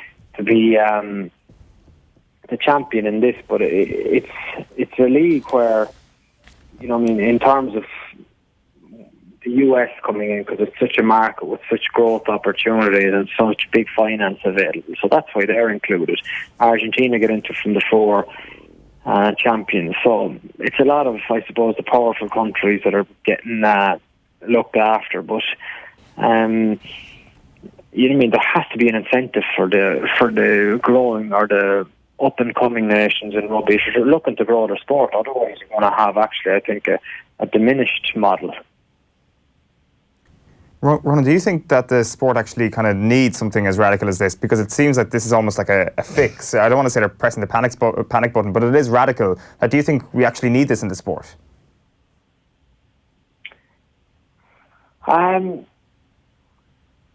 but what I do think would be interesting would be having spent a bit of time down here in New Zealand and Australia. I think what would be great would be if it could be managed, if they were flipped. So I think Ireland should be going to New Zealand in November if it was working in New Zealand's November, and then the New Zealand and Australia, if we were able to flip to the reverse of actually what happens now, I think it both happens that we go to they come to Ireland when it's winter and we go to them when it's winter. It's a completely different game. So there would be potential in that regard to actually play, because New Zealand, from my generation of players, were completely kind of have a very, very different perception of what the reality is down here. We were in 3 weeks in New Zealand, and it was lashing rain and dark 4 o'clock every day in the middle of June, and then they actually get a good summer where you can actually play a decent rugby. I'm not using that as an excuse for underperforming down there, but the fact then that they come up to Ireland in November when it's the middle of winter in Ireland, when you could actually kind of try and make it more appealing to fans to come out and see a dry ball game. Yeah. Do a summer job. Yeah, it's a good idea. It's a good question as to whether we actually need this thing or not, isn't it? Yeah, but look, Roger's saying there, and I think it's important. We shouldn't be afraid of change. I think change is good. Change can be unsettling at times, but it can be good. And I think the reality of making the game more of a global game, and there's certain markets throughout the world. You look at football, the way it's a global game and it generates massive money. You look at the Premier League clubs across Asia, the way a lot of their money and finance comes from there, from jersey sales, from tours, from having fans there. So making the game more global for sure, and that's the one kind of downside from rugby. It's not in those markets where there's massive populations and they're untapped. So the idea to do that is to make it more global, get a big TV. It's not so much about who wins this tournament, it's more about the opportunity for the USA and Japan essentially. But the problem is then you've so many stakeholders along the way, 6 Nations, World Cup, Lions tours, all this kind of stuff, and then player welfare. and rightly so. The players are very strongly representative now, and if you don't have the players on board, you don't have a tournament, you don't have matches.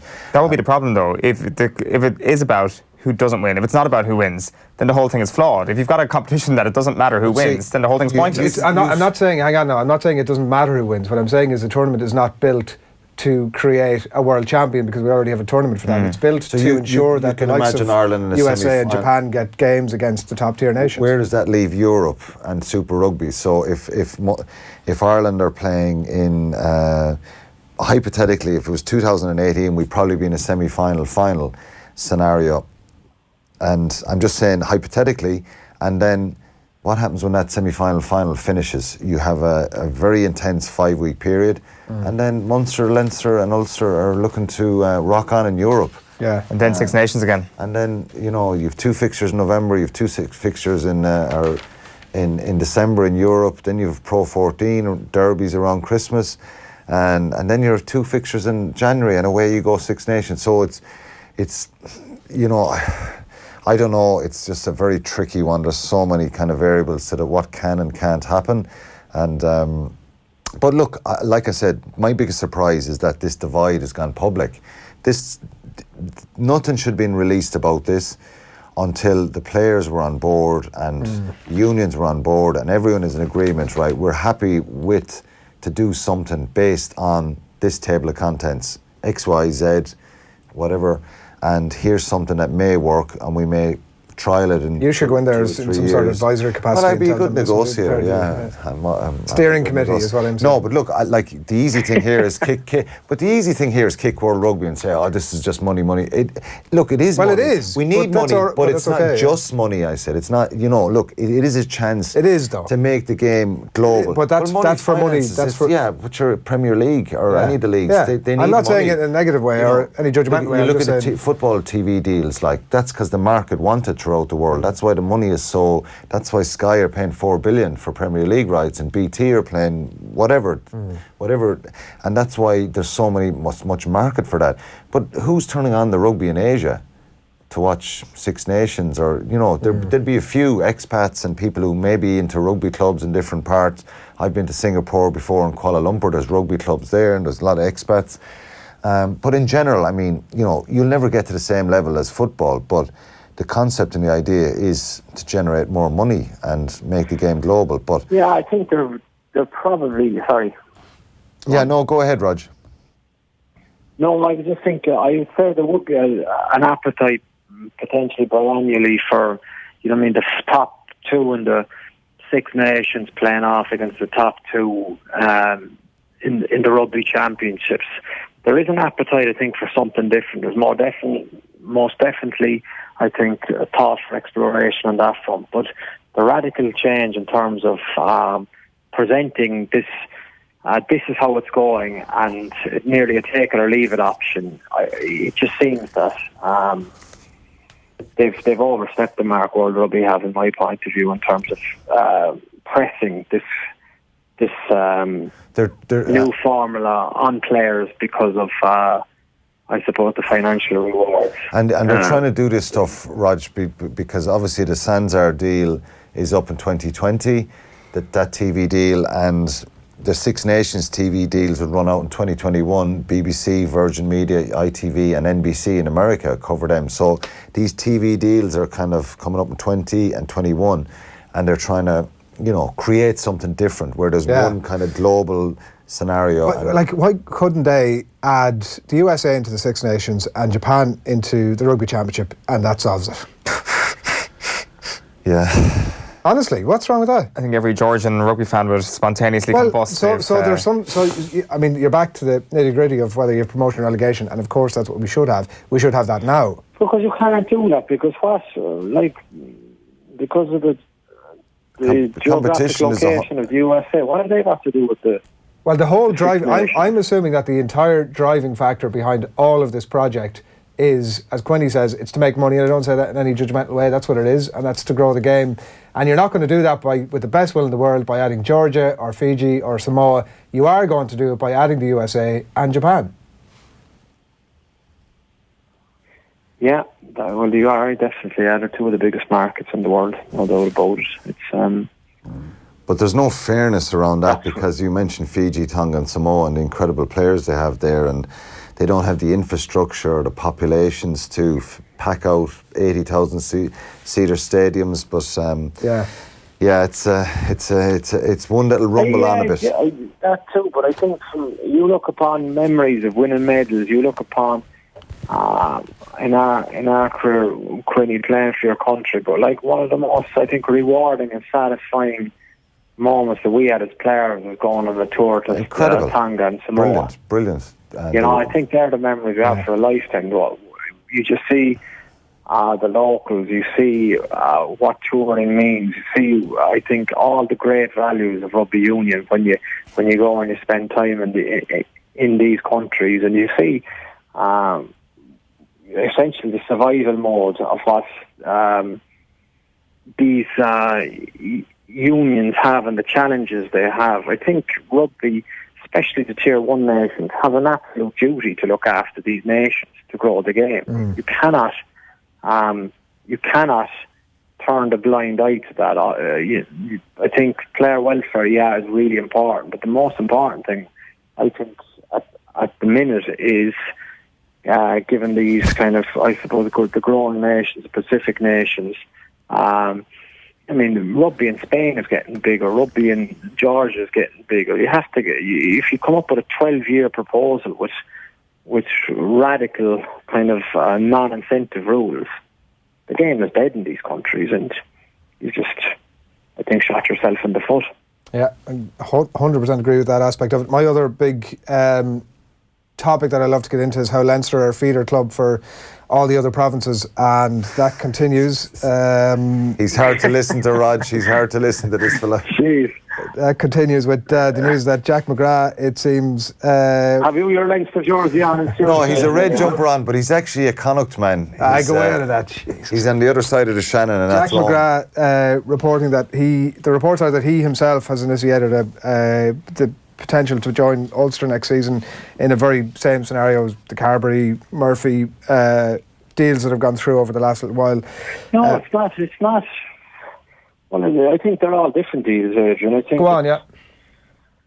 It's a very interesting one, and I think it caught me by surprise very much so too. On the fact, like, you're kind of going, why would Jack McGrath go with Ulster? But then on closer inspection, that's, I think, what people sometimes forget. Like, there's a massive competitor inside Jack McGrath. 17 minutes coming off the bench, or 27, isn't floating his boat at the minute, and he wants to try and have a bit. I think he's 29, 30 as he's hit that age. Yeah. And I think at that stage too, the best judge of these things are always the person directly involved, and it's Jack McGrath. So he has said, Cian Healy has reinvented himself. I was the man in possession. I need to go in now and I need to find something. Is it game time I need? Yes, it probably is. I need to get playing 3 out of every 4 weeks. Where can I do that? I don't want to go overseas. I want to play for Ireland. Ulster is a big option. I would say you can underplay and overplay this, but that's what I read out of his interview. Is that not the same as the Carbery Murphy examples? In that he's... No, well, I don't think at all. One is 33, Joey Carbery's 23. Fair enough, yeah. Completely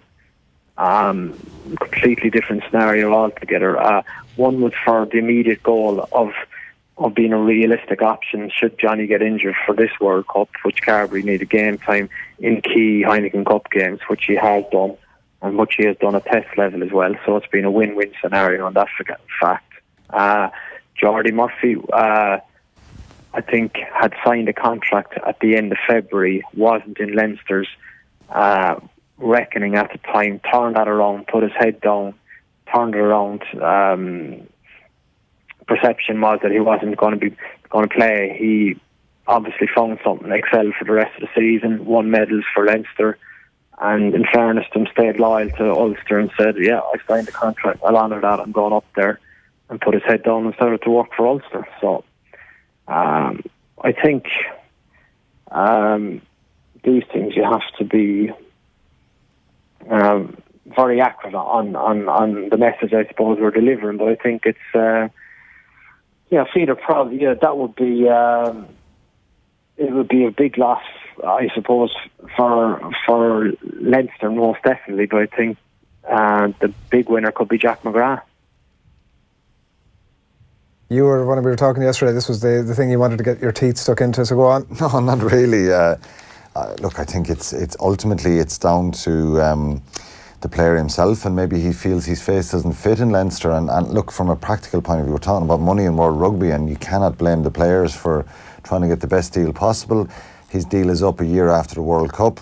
I presume if he went to Ulster after this World Cup and was moved, that he would get extended terms and conditions with Ulster, and they would probably pay him really, really good salary now that potentially he won't get after going into his last year with Leinster.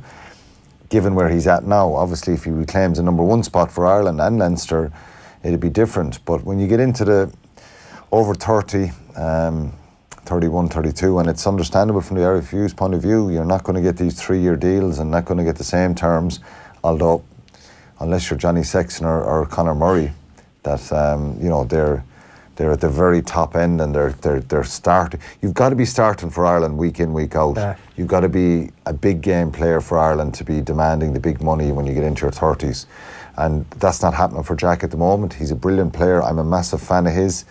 And, maybe he feels a change of scenery, a revamp. He hasn't, things haven't been perfect for him since he's come back from that Lions tour, where I felt he was probably the best loose head in Europe. Yeah. And probably should have started particularly that third test ahead of Makavunapolo. But sometimes, he'll know better himself, and maybe that change of scenery is what he wants. But ultimately, he's going to try and get himself a good contract to probably, it potentially could be his last one. Ronan, we're going to let you off, but your quick word on tomorrow's game. First of all, 2 from 2 so far. Things trucking along nicely. Some nice highlight clips doing the rounds as well. Hey, which highlight clips? The Matele clip from Manasseh. Yes, yeah.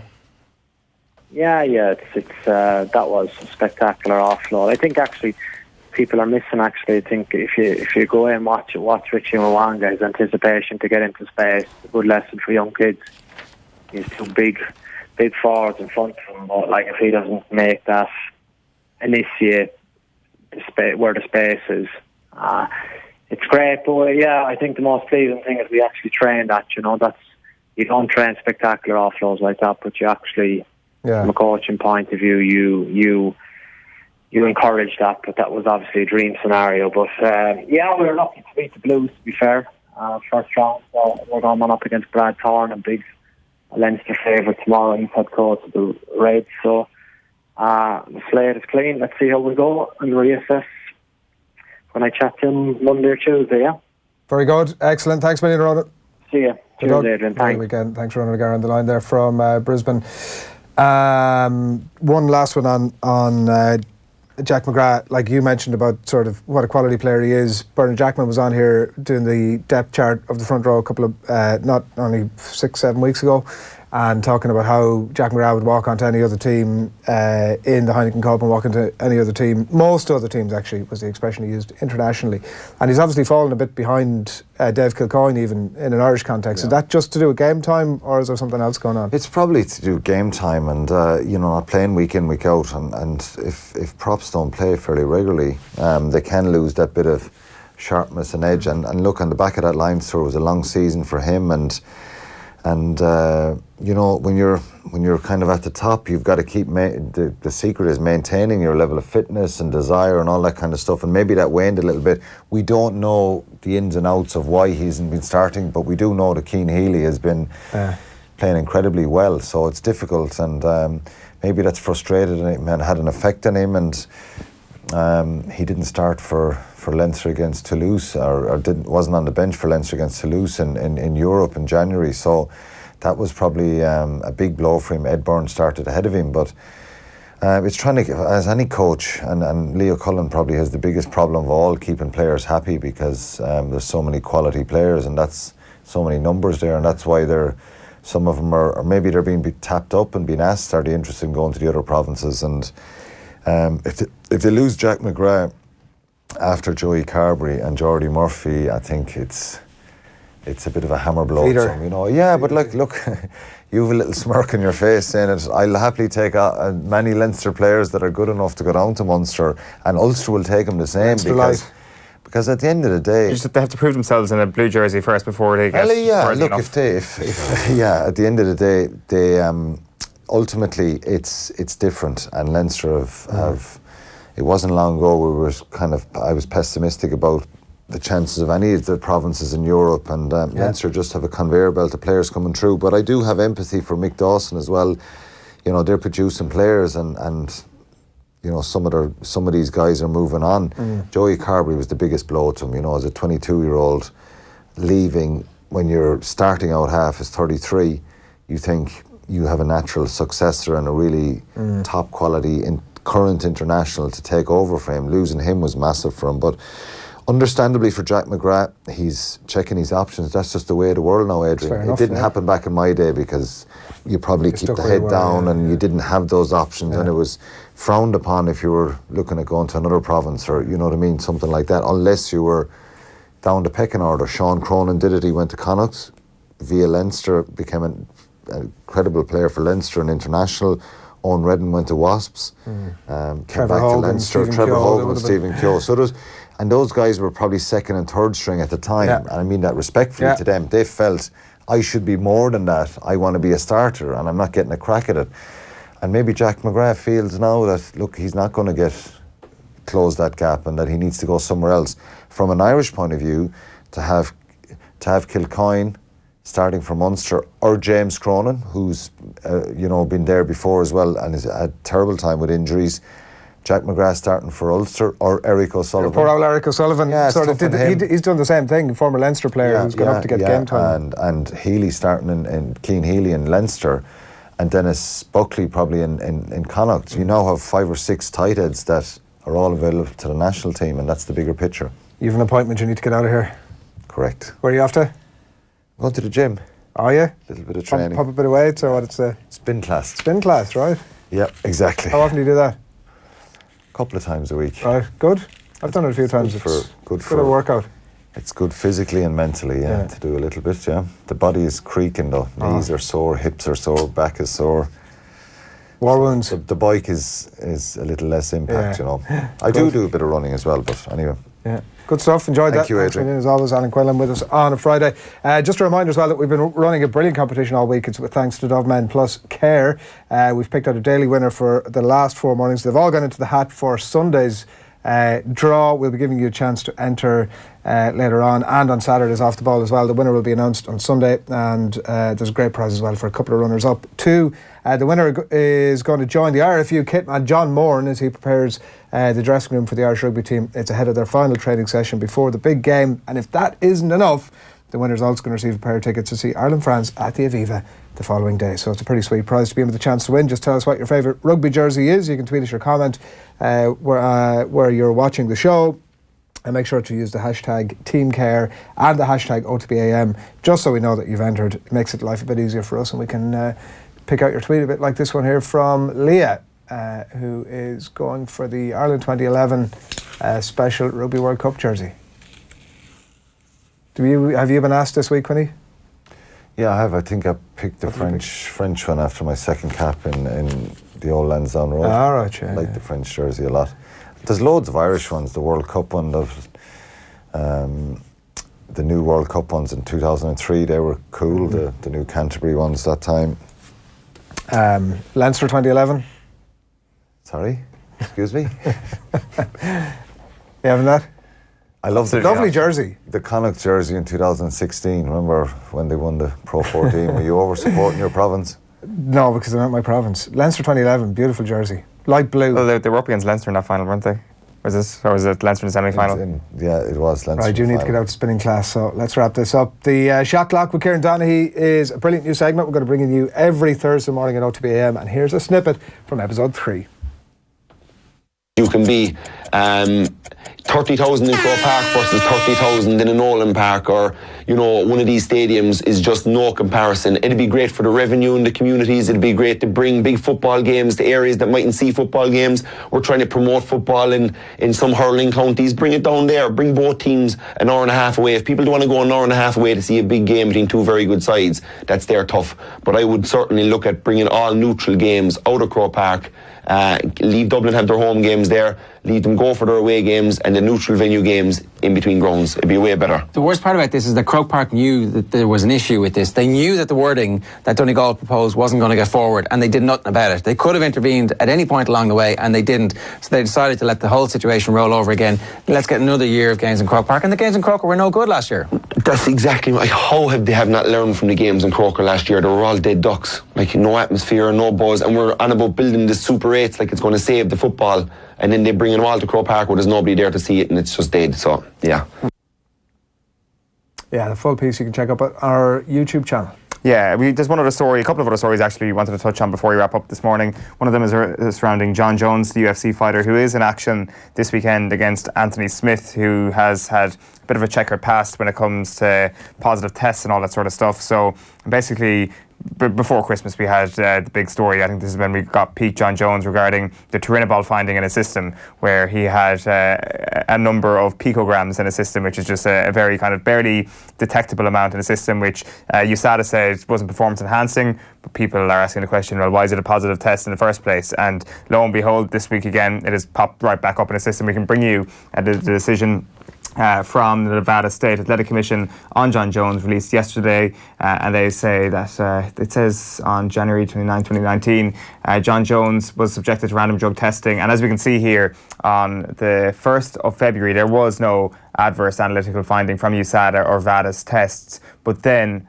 13 days later, so on the 1st and on the 9th there was no adverse analytical finding, but on the 14th and on the 15th of last month there was an adverse analytical finding. Now this plays into the idea that they were talking about before the new year about this pulsing effect that turinabol can have in your system. So it doesn't show up in one test, but then a couple of days later it does show up in your system, which it depends how cynical you are of the whole thing. USADA have come out and said this is all fine. This science backs this up. This is all completely fine, that there is this pulsing effect, and there is no evidence whatsoever that he's taken this deliberately, and we actually believe that this was accidental ingestion into his system.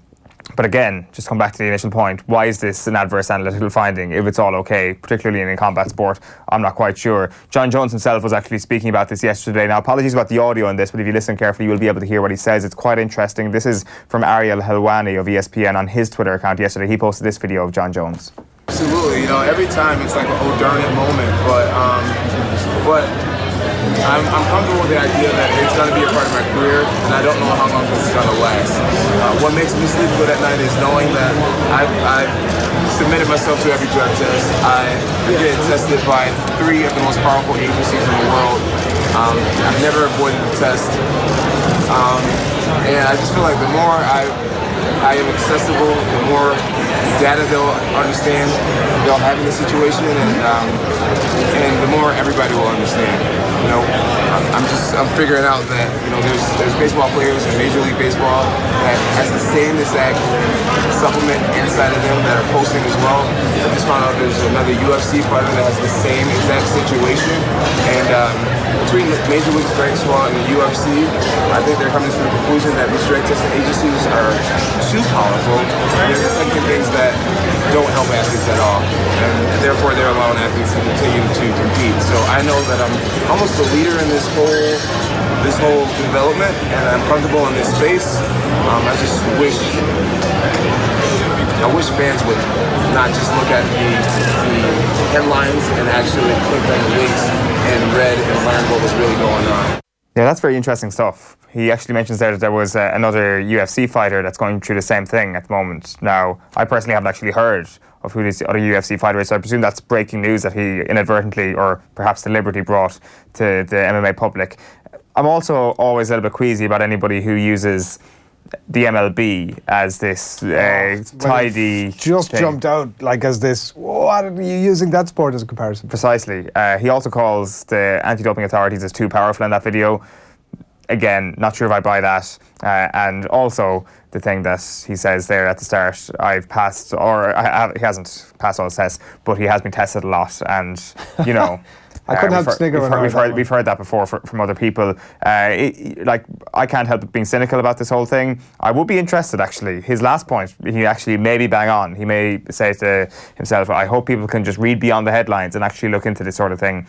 And when you look into this thing and read the reasoned decisions and all that sort of thing, you do get a scientific idea that John Jones is a clean athlete, despite the fact that he's got a dirty history. He has failed previous tests before that. And I think it's fair to say that there has been a little bit of the benefit of the doubt given to him. He's still allowed to fight. And USADA has said that that's okay. So you've got to trust him to a certain level. I've got a suspicion that the opinion on him may actually start to change a little bit more in his favour, because I think before the new year there was a sense that this was an appalling misstep from the UFC to allow him to fight. Be interested to see how that demeanour changes now over the next couple of weeks.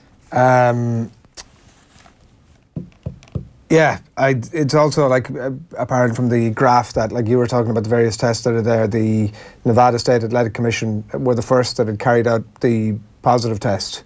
There was different bodies that carried out the different tests. And I'd like to know what the process, rationale, why did he do one test for what looked to be... VADA. Yeah. And then USADA did another one. I think that to be honest, I wouldn't... VADA is what, Vegas?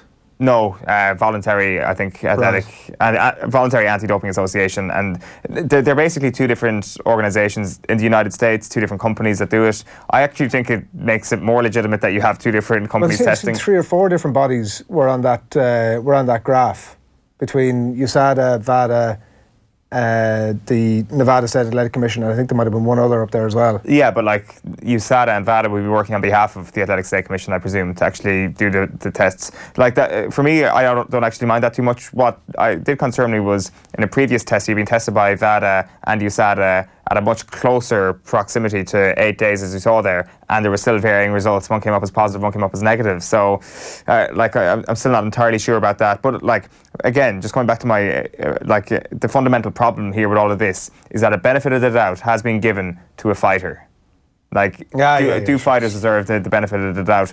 And if they do, well, let's take the doubt out of it. Let's change what actually is an adverse analytical finding. If these picograms really do represent such a small amount that is not performance enhancing whatsoever, or can do no damage to your opponent whatsoever, or help you to do any further damage, then change the ruling. Change what it actually takes, or change the threshold it takes for this to come up as a positive test, because if this is the case there really has been involuntary ingestion and all that sort of thing, then John Jones's name is being dragged through the mud here.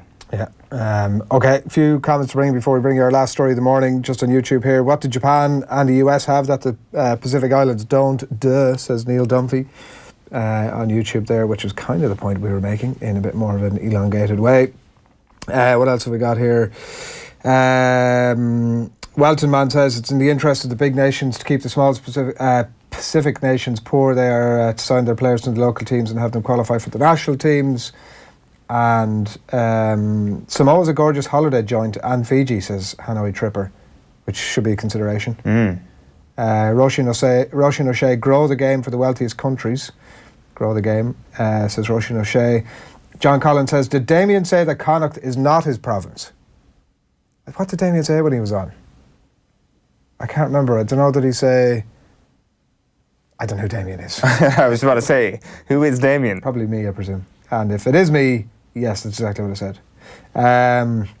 Dortmund petered out, says Desmond Mackin, as they sold out the best players to Munich every summer. Only so much he can do. Liverpool backing him in the transfer market and getting results. That's in relation to a conversation a bit earlier about Jurgen Klopp. So that's pretty much it on that front. Have you anything to add? There's one more thing. No, there is. I thought you had some reaction to Damien's point about Connacht.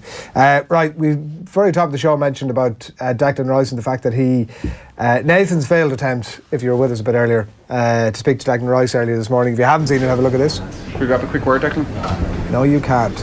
Well, it turns out that he did snub the Irish media after all, and he decided that he was going to speak to the English media. Probably it is the toughest decision I've probably had to make so far in my career. You know, being so young, didn't think I would, ever be in a position to make that call, but it's a call that I've made, and this one that I'm looking forward to in the future. Snub. those quotes basically illustrated was just that video there. Oh, it's so cold, isn't it?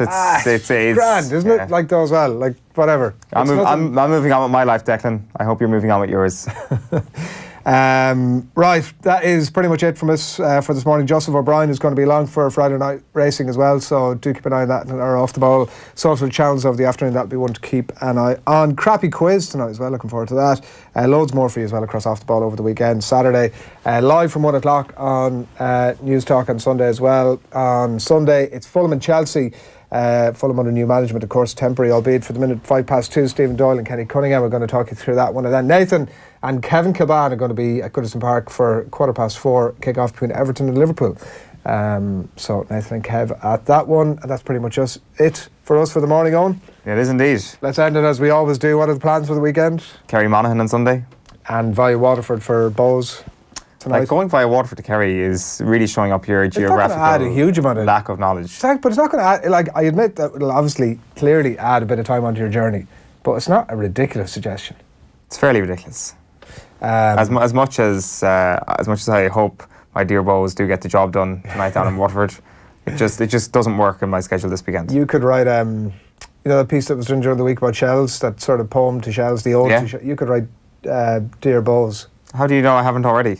Oh, you might have done. Yeah. You're just keeping it. Stewie Byrne's got to watch his back. I'm coming for number one next week. We have been talking so much this morning that the TV behind you has gone on standby. You might have noticed that. Little plug there for Samsung. How are you getting on? We're going to leave you with more of this one, though. The brilliant new single, Superstar, by the one and only Stewie Byrne. Good morning. Let's hear it. Stewie Byrne, Superstar.